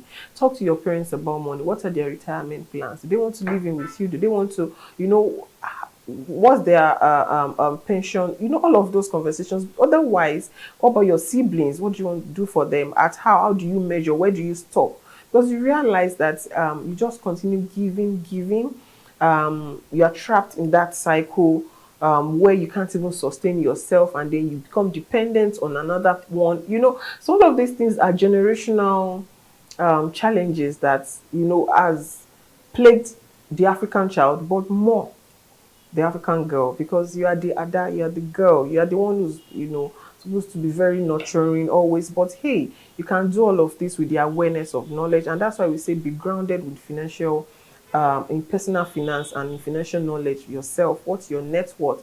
That's how you can talk to parents, talk to partners, talk to people around you, okay, on making better financial decisions for themselves, for yourself, so that nobody becomes, they don't look, you know what they say about this thing that say, lean on me, no be press me die. So they don't lean on you, and then want to suffocate you. So you've just got to be financially sound, and those are the things that we teach in our community. Get yourself a tribe, like Harvest, and like I say, even if you don't use the platform, the insights, the tools that you gain from being a community member of Harvest is is mind shifting, and every African girl, every African woman needs such to do better.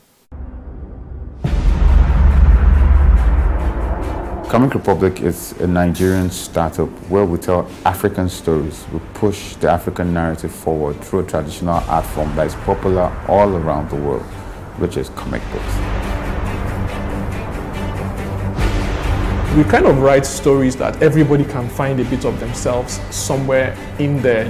When you read our books, you will always be able to find one book that you are able to connect with, even if you are not an African. It's not just for Africans alone, but it's the African narrative. That's really what we do. We take the process of telling our stories, making our comic books engaging. We do it professionally and we take it as a business. We're growing bigger every day. We try to make sure that all of our comics, all of our content has a positive message underlying them, even apart from all the action, all the punching, and all the superheroics. Right now we have close to 48,000 downloads per comic book. We get between 5,000 to 7,000 unique visitors every week. Nigerians have been really excited to see people in Nigeria creating heroes from Nigerians, telling Nigerians that we can be everything we need to be if we only try. The comic business actually has a wide range. One of the major things that actually helps us to move forward here is the fact that we are more than just a team, we are a family. And family is everything. We understand ourselves, we know what we're meant to do when we're meant to do, and we get them done. The first and foremost vision for Comic Republic is to take control of the African narrative. Who are the biggest superheroes you know today? You're looking at Spider-Man, Captain America, and Superman. If you look at the colors of their uniform, they're all the colors of the American flag. If you look at where those people come from, they come from America. This is a way that a country has from generation to generation, programmed their people to believe that they are strong and they are efficient. We want to do the same with Comic Republic. That's what we want to do at Comic Republic. That's our vision. And until we're number one at that in the world, we're not going to stop.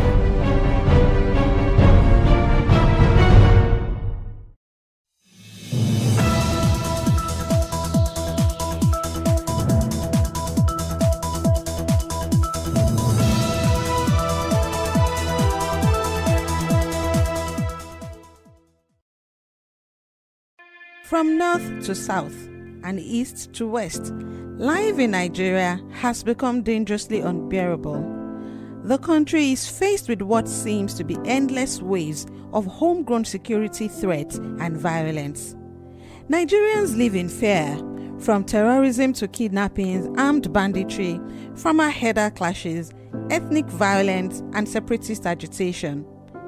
To better understand the causes of the unrest, as well as the true agitations of the people, Searchlight travels across Nigeria.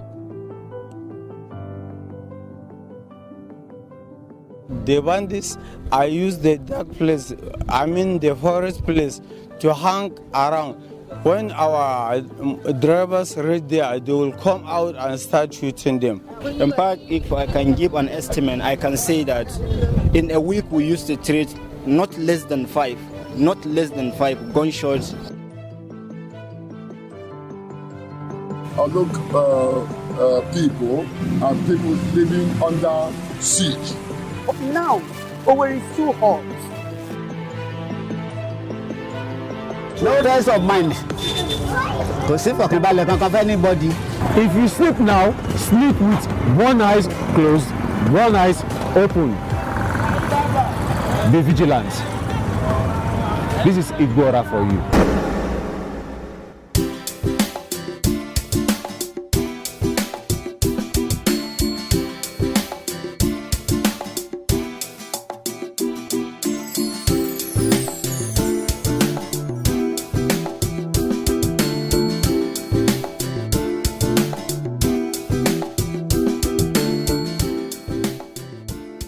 Igbora is one of the 7 communities that make up Ibarakwa land.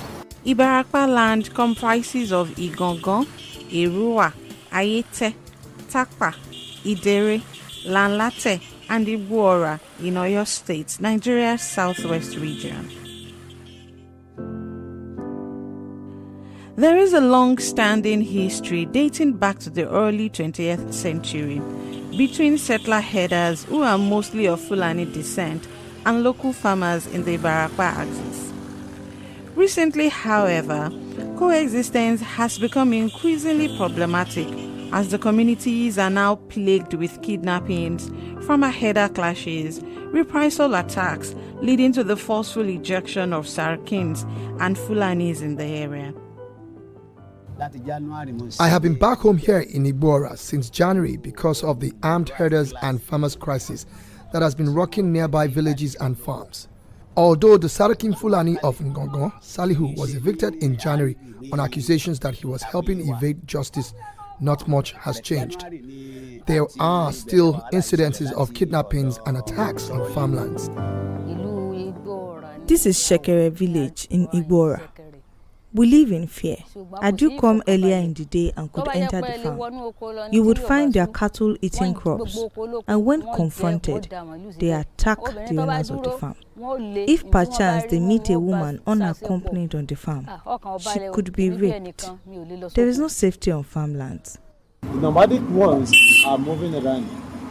The residential ones we know them. Some of the residential ones are still within the community. They are peaceful. One incident occurred when our people they are outraged and they burnt all the karas in the whole Ibarakwa land, even that of Erua.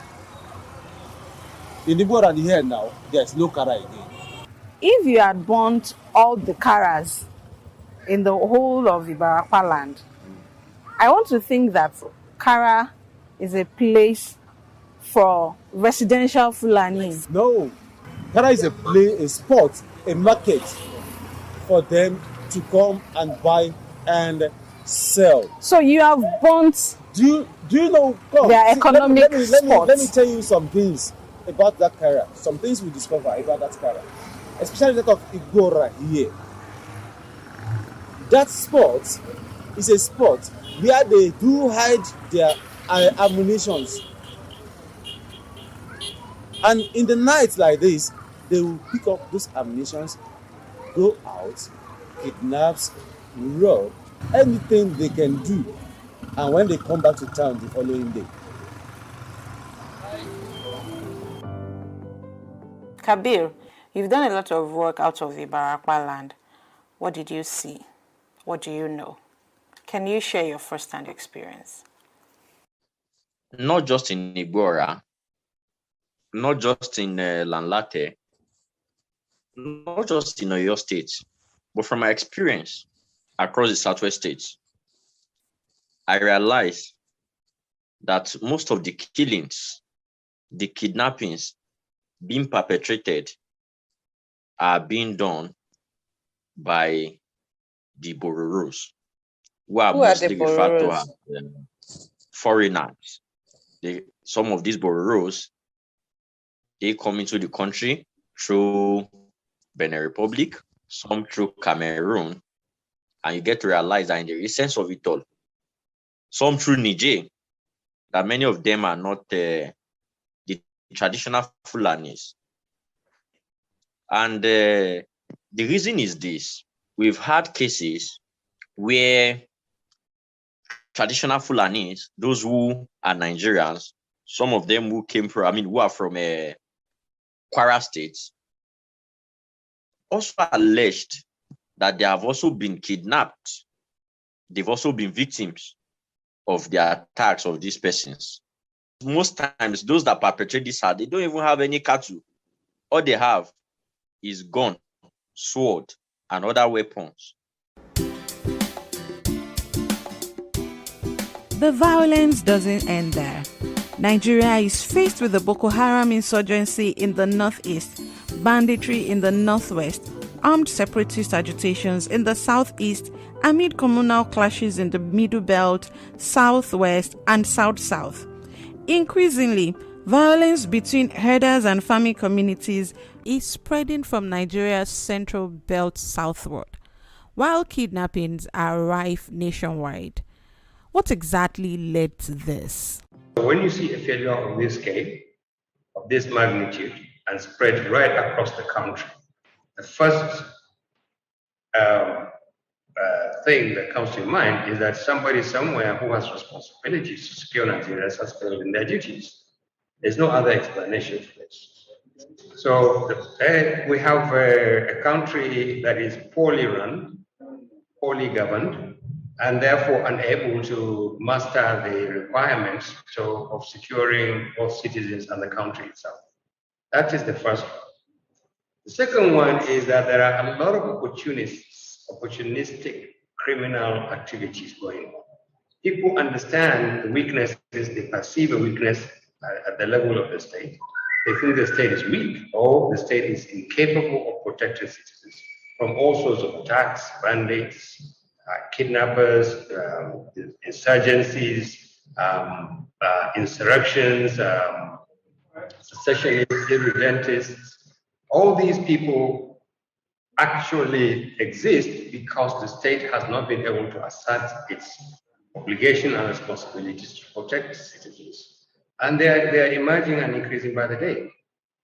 The third one is the failure of the Nigerian elite to get together and demand that the Nigerian state does what it's supposed to do. The leadership does what they are supposed to do, that is to protect citizens. The voices that are supposed to be heard are not being heard. Too many people are quiet, either out of fear or because they think that they are not likely to make any impact if they don't raise their voices. Traveling by road is now an extreme sport. On our trip to Kaduna State, we drove along the Kaduna-Benin Road. The 123-kilometer road trip seemed easy enough, but we had no idea what we were getting ourselves into. From Buruku village, right on the outskirts of Kaduna, there is a fully armored vehicle with soldiers who lead drivers 3 cars at a time from Buruku to Odoa town. This stretch is considered to be the most dangerous. Drivers have to wait their turn, as they stand no chance of traveling safely to and fro Beniguari without these escorts. From Odoa, the journey to Beniguari is considered safe from the kidnappers and terrorists, whose victims are not just travelers but also villagers and farmers in and around this long stretch of road. Our major problem in this area is insecurity. These terrorists have wrecked our town and destroyed our source of livelihood. Nobody sleeps in this town anymore. We take refuge in the neighboring community and come here every day at 8 or 9 a.m. and then leave at 3 or 4 p.m. Look at me. I'm the village head of this community. I used to own a car, but these criminals made me sell it to pay ransom for our children.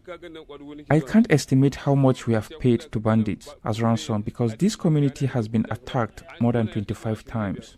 We have a lot of problems in terms of insecurity on our road, more especially in between Burku and Udawa. So we have a lot of insecurity. We have only one vehicle, which is mobile police. They are the one escorting our members to carry them to Burku. Let's say from January up to now, at least we lost more than 30 of our members as a result of the bandits. Forests in Nigeria are now hideouts for cattle rustlers, highway robbers, kidnappers and terrorists due to the absence of state capacity or political will to exercise control. From Beniguari Forest in Kaduna to Rugu Forest in Katsina and Zafe in Zamfara, these forests are now referred to as ungoverned. Erena is in Niger, Shiroro. From there you cross over to Folware. What security measures have we put in place for farmers and the indigents that are easy prey to these bandits? Well, I have explained to you that Kaduna is very vast. The state is so huge. We had over 46,000 square kilometers. And I have also explained to you that we are having this problem mostly in locations that are remote. You know, boundaries with Niger State, boundaries with Zamfara, boundaries with Katsina State. You know, the locations are very remote. Even if there's a distress call, before you get there, it takes you time because of the terrain, mobility problem. But the Air Force is complementing the ground troops and the police as well. Once we receive a distress call from a location that is very far, what we do, the Air Force move while the ground troops and the police form a blocking force. You know, and it is really yielding positive mark. We don't have enough boots on the ground. There's a need for us to scale up recruitment. There's a need for security operatives or our security agencies to outnumber the criminals.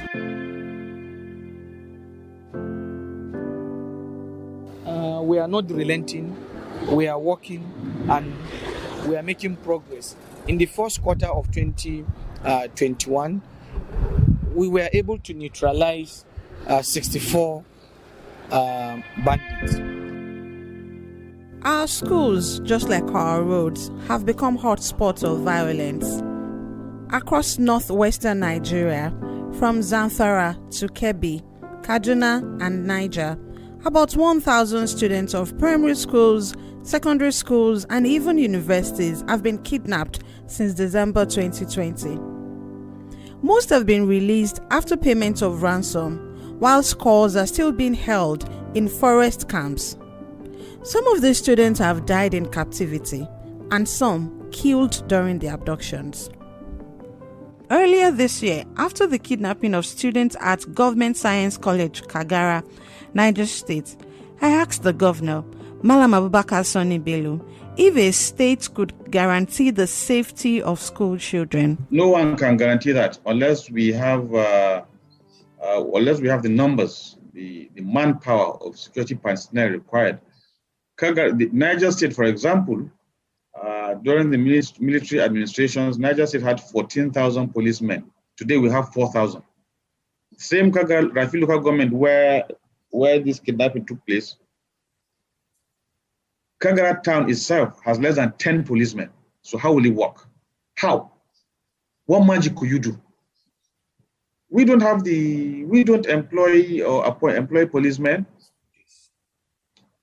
I understand in the past, the state police command had the powers to employ policemen from the states, but it is no longer like that. And that's probably the reason why we're having problems. That was back in March. Not much has changed since. Many have said that the present centralized structure of the Nigerian police is too detached from local communities.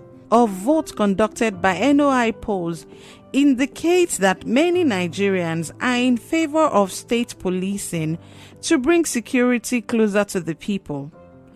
Experts say there is a need to reflect on the current security approach across the country. The various institutions need to sit back and, reflect that the current approaches that we are deploying to address security concerns, are they adequately addressing these issues? What are the intelligence mechanisms, that you need to put in place to really get information on how crime, is happening across various communities? So I think critically it is the model. It is the approach that seems to be a bit defective. We are practically waiting for violence to happen before we then react.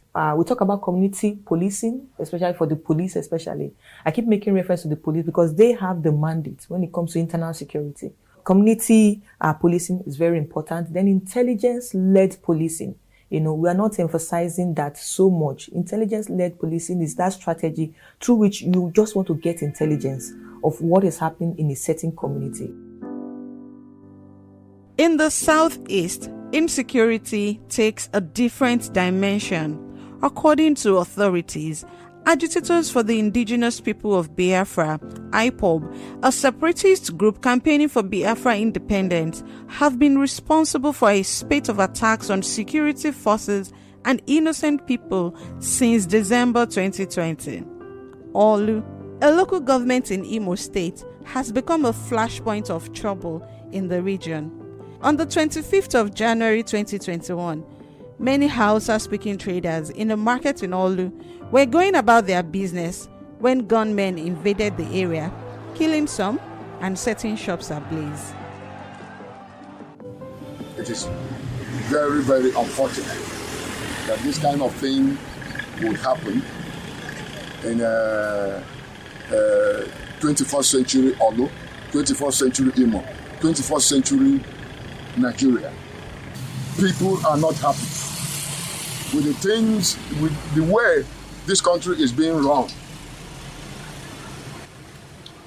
When you talk about security, there is no security in Nigeria anymore. We are here at the Islamic Central Mosque, Amafeke, and this is the third Friday without holding a Jumat service here because of insecurity issues. There is a lot of apprehension amongst the Muslim community. This is my third year living in Olu, and I have never had any ugly experience living here until recently. During the NSAS protest, they burnt our mosque and killed some of our members in some part of Olu town. For 3 weeks now, we have been unable to observe our Jumat prayers in this mosque. We now live in fear More worrisome is the absence of security operatives in the town. Despite all these incidents, the governor has not visited us to assure us or condole with us. Since the January attack, Olu has had no peace. The people are in constant fear as these gunmen, time after time, unleash violence, destroy shops, kill, and even behead people in the community. In the southeast and south-south regions at large, dozens of security officials have been killed. Biafra agitation and the violence going on in the southeast have been said to be an untoward way of expressing dissatisfaction about leadership failure on the part of all tiers of government. Well, I feel that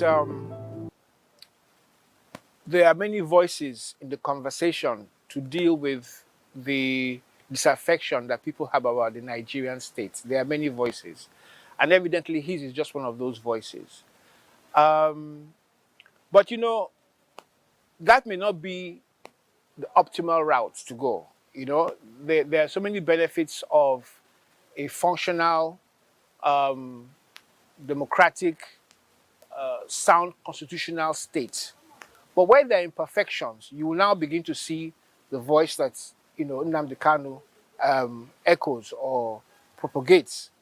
War is terrible. Sometimes you think about it from a more glamorous point of view, but it's bloody, it's heinous, it's damaging, it destroys families, societies, and so on and so forth. So my preoccupation is for peace. Okay, peace arrives through legitimate constitutional routes. That is what is most paramount. No society can develop without peace. And in terms of the disaffection of those of us who are from the southeast goes, there's a need to hear us and to look at our grievances and to consider them on their merits. The southeast substantially mirroring Boko Haram. We have not been able to understand and deal with the issue of IPOB. The Igbo leadership allowed IPOB and ESN too much ground to take too much ground to control what is going on in the southeast. So they misread the threat of organizations like IPOB. There was opportunism, crass opportunism. People thought maybe this IPOB will do for us what we want. They will get for the Igbo what the Igbo didn't get through the political process. And eventually now we are creating a monster. And it's a monster that is eating up the local environment, the same way Boko Haram ate up Borno and Yobe and parts of Adamawa. IPOB and ESN are eating up the southeast. The federal government is throwing the military at them, the same way they threw the military at Boko Haram, rather than trying to understand the real issue. What is behind IPOB? Who supports them? Why do they support them? What is the issue that has made IPOB attractive to a large number of young people? Can you do something about it? Is it something you need to do about it? I would say that the Southeast governments can do a whole lot better. The state governments, they can do a whole lot better in delivering services to the various constituent parts of the Southeast. We don't see enough of government in our rural communities, in the local government. We need to raise the bar as per the effectiveness of subnational entities. All right.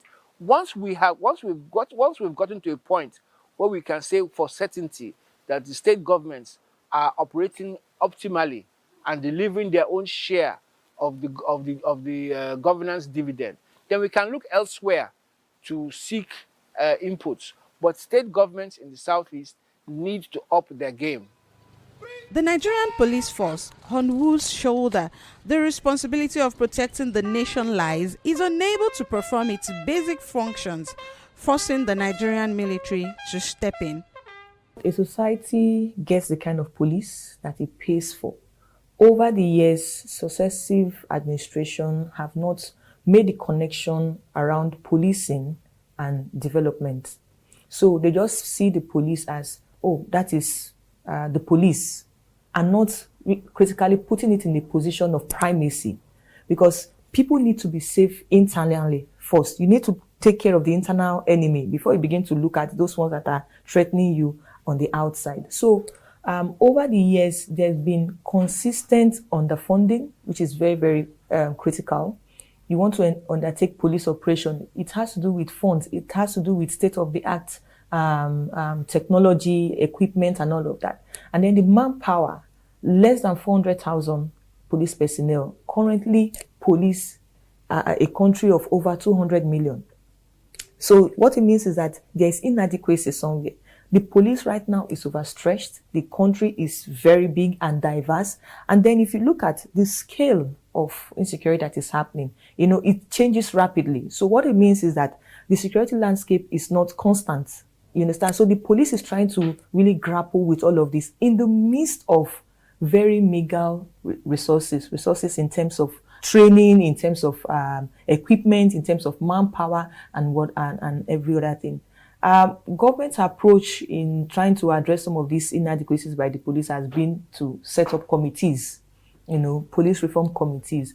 But the question again is that each of these successive government that comes in set up a committee, do they make reference to the last committee to say, okay, what did my predecessor, found when he talk about policing challenges? How can I build upon that and actually implement this to make the police effective? But no, our approach has been that, okay, I get into office and then I'm setting up my own committee.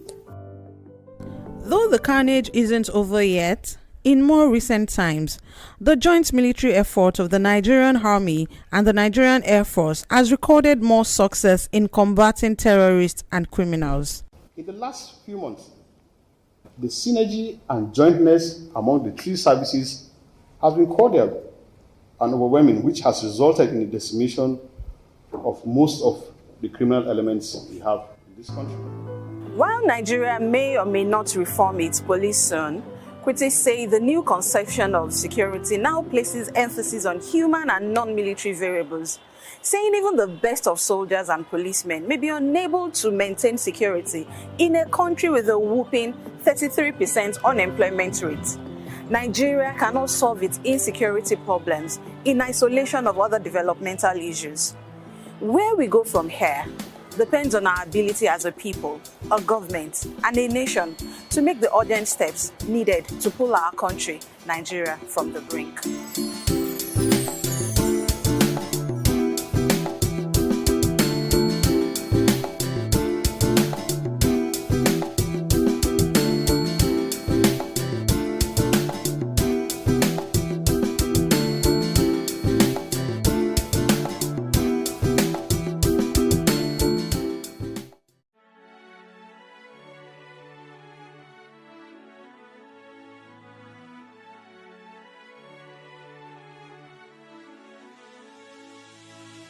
It is engagement we need to have. Those who suffer miscarriages are never taken into account. Members of the National Assembly are also influence peddlers. You are sitting on Nigerians' money. From the Babin, I pay my rent. On the Babin, I send my children to school. A consultative engagement. No any tangible notification before they ban us. It's one thing for people to be at your back and the heat of the moment, and another thing for them to still be with you when push comes to shove.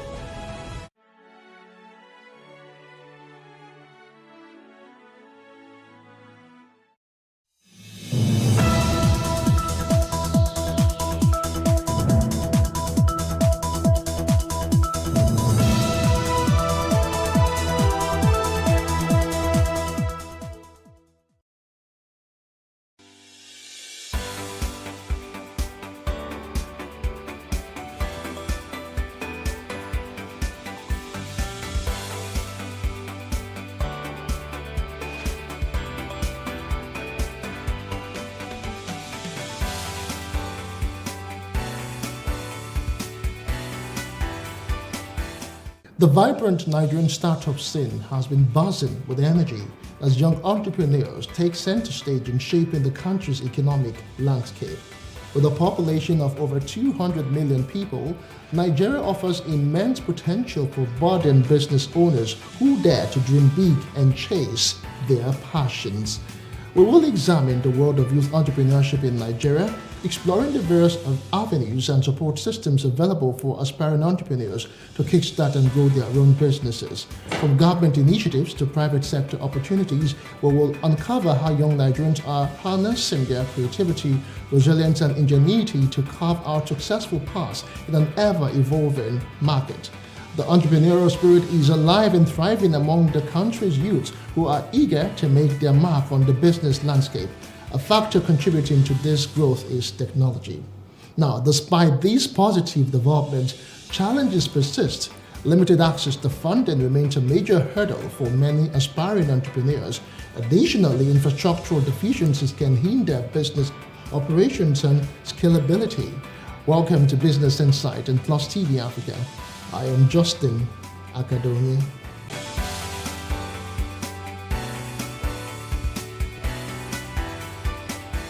All right, moving on now. Nigerians and indeed Africans have been encouraged to harness and promote tailor-made solutions to cater to indigenous demands.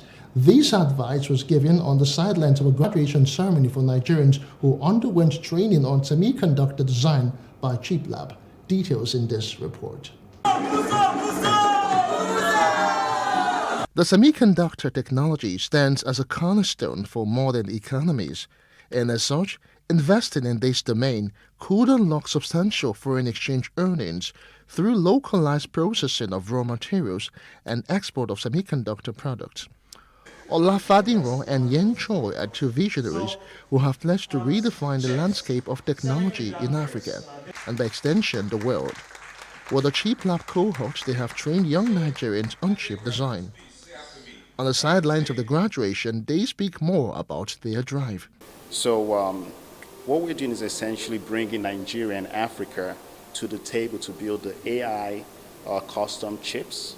And so it could be used to solve, we could create our own Nigerian ChatGPT, for example, or different kind of applications. But there's also a huge amount of software developers who are having a hard time making a living. So in the chip development world, there's a huge global shortage of qualified skill. And the earning potential for that is massive. For example, our graduates, we're targeting that they'll be making 10 times what a normal graduate salary would be, and that's life-changing.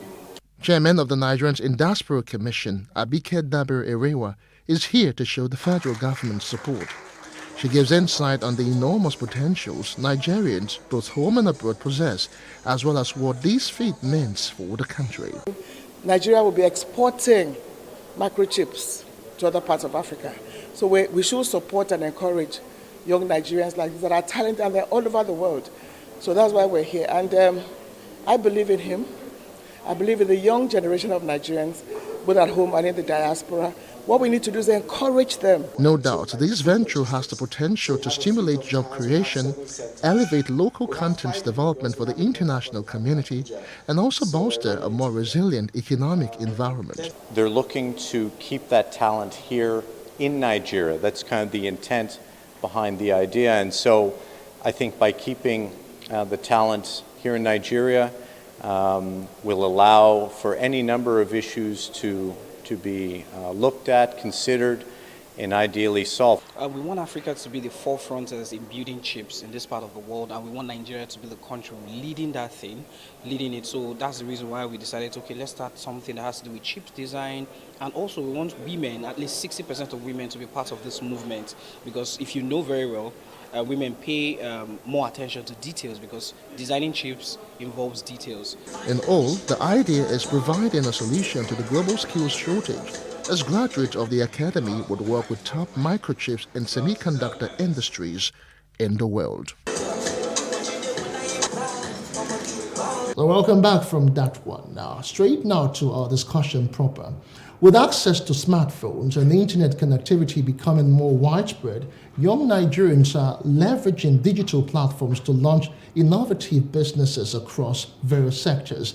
Private sector organizations have also recognized the immense potential within Nigeria's vibrant market, Venture capital firms, angel investors, and incubators provide crucial financial backing, mentorship opportunities, and invaluable resources that help these young entrepreneurs turn their ideas into successful ventures. I have the president of the Association of Small Business Owners in Nigeria, Aspen, Dr. Femi Egbeshola, joining me now to discuss further. Thanks for joining us on Business Insights, Dr. Egbeshola. Thank you for having me. All right. Let's talk about youth entrepreneurial issues in Nigeria and, of course, how they can get into different startups. Let's just start by identifying the opportunities that are bound for young Nigerians to actually venture into at a time when Nigeria is actually having some macroeconomic challenges. Can you just share your thoughts? Well, more than ever before, Nigerian youth now have a lot of opportunities when it comes to entrepreneurship. All systems in place is there to encourage entrepreneurship this time, particularly among the youths. And every strata of the economy is involved in this, starting from the federal government to the private sector to even individuals. Everybody is poised to encourage and incite startups and entrepreneurship in the system. Starting from the youth themselves, their spirit is up and alive this time more than ever before to embrace entrepreneurship. Our recent research shows that virtually every youth wants to be engaged, productively engaged. And because the jobs are no longer there, they all want to embrace entrepreneurship and are looking for different opportunities to do that. Federal government, in their wisdom, came up with the startup hacks. And the startup hacks is to engender youth to develop interest in entrepreneurship. The startup hacks makes it possible for them to now have access to funding, which before now is very difficult because the commercial banks and the normal financial sector are not ready to give out funds to these youths because they do not have the collateral, the experience, the books, and the rest. But the startup hack is able to now fill this gap by providing them with funding to be able to start their business. Beyond that, too, we have quite a number of programs that are rolled out to support entrepreneurship. One of it is a YESP, that is a Youth Enterprise Support Program. The Youth Enterprise Support Program gives all the youth that are interested in entrepreneurship free opportunity to get access to training, the free training when it comes to business management, the business opportunities that are available, and then they can go about their books and their records. After the training, they are exposed to a loan of 5 million naira that has 12 months moratorium, meaning that 12 months after collecting the loan, they do not need to pay. They will have to begin to pay on the 13th month, and it is at a single-digit interest rate of 9%. And that's one of the best that we have seen over the time. And this makes it possible for entrepreneurs who are youth to be able to now access funding and start the business of their choice. We also have different opportunities there too. One of it is shared facilities that government is now making possible for youth to have. They understand that it is difficult for youth to have funds to build their factories, buy land and build their factories, or rent shops or offices to operate their business. So we now have different incubation centers across the country where youth can go in just with their raw materials. They'll be given space to operate and they can start their business and be there for the next 5 years on in that without paying a kobo. They have free access to electricity, free access to shared equipment, free access to marketing support system, free access to getting certification from NAFTA, Standard Organization of Nigeria, and the rest without hindrance. This is now possible. We also have free shared office facilities whereby youths can now go up to government. Even Lagos State has the arrangement whereby they can go up to government and have table and share in an office setting to use for their business if their business is service related, and then with little or no fees. This is made possible to also encourage and engender entrepreneurship. Right. Talking still about Lagos government, we have the Lagos Employment Trust Fund, who gives loan and even grants to those who want to do business and to those who have just started business. That's the startups. They can now access grants as much as they want, depending on the kind of business they do. And this agency also attached to them mentors that will handhold them from the beginning to the end on how to do the business they want to do, the needed support services they can have to support what they want to do, and much more. The LSETF, that is the Lagos State Employment Trust Fund, goes further to give them markets to be able to sell their wares or their products. They expose them to various forms of exhibition free of charge. The recently concluded Lagos International Trade Fair is an example, while entrepreneurs pay thousands of naira to get their product exhibited. These startups under the Lagos State government exhibit their product free without paying a kobo. That's the kind of exposure they get. They also support them with their adverts. If you want to advertise your products or your service that you do as a youth, you have different platforms to be able to advertise it without paying a kobo. So these are some of the many opportunities that are available for youth. We also have various vocational centers across the states and across the country now, whereby you can get training on whatever particular service, production line, or technical skill that you need. These are also available. The federal government has also gone as far as ensuring that they provide what they call incubation centers across the states, beyond the one that is done by the state governments. The federal government also has created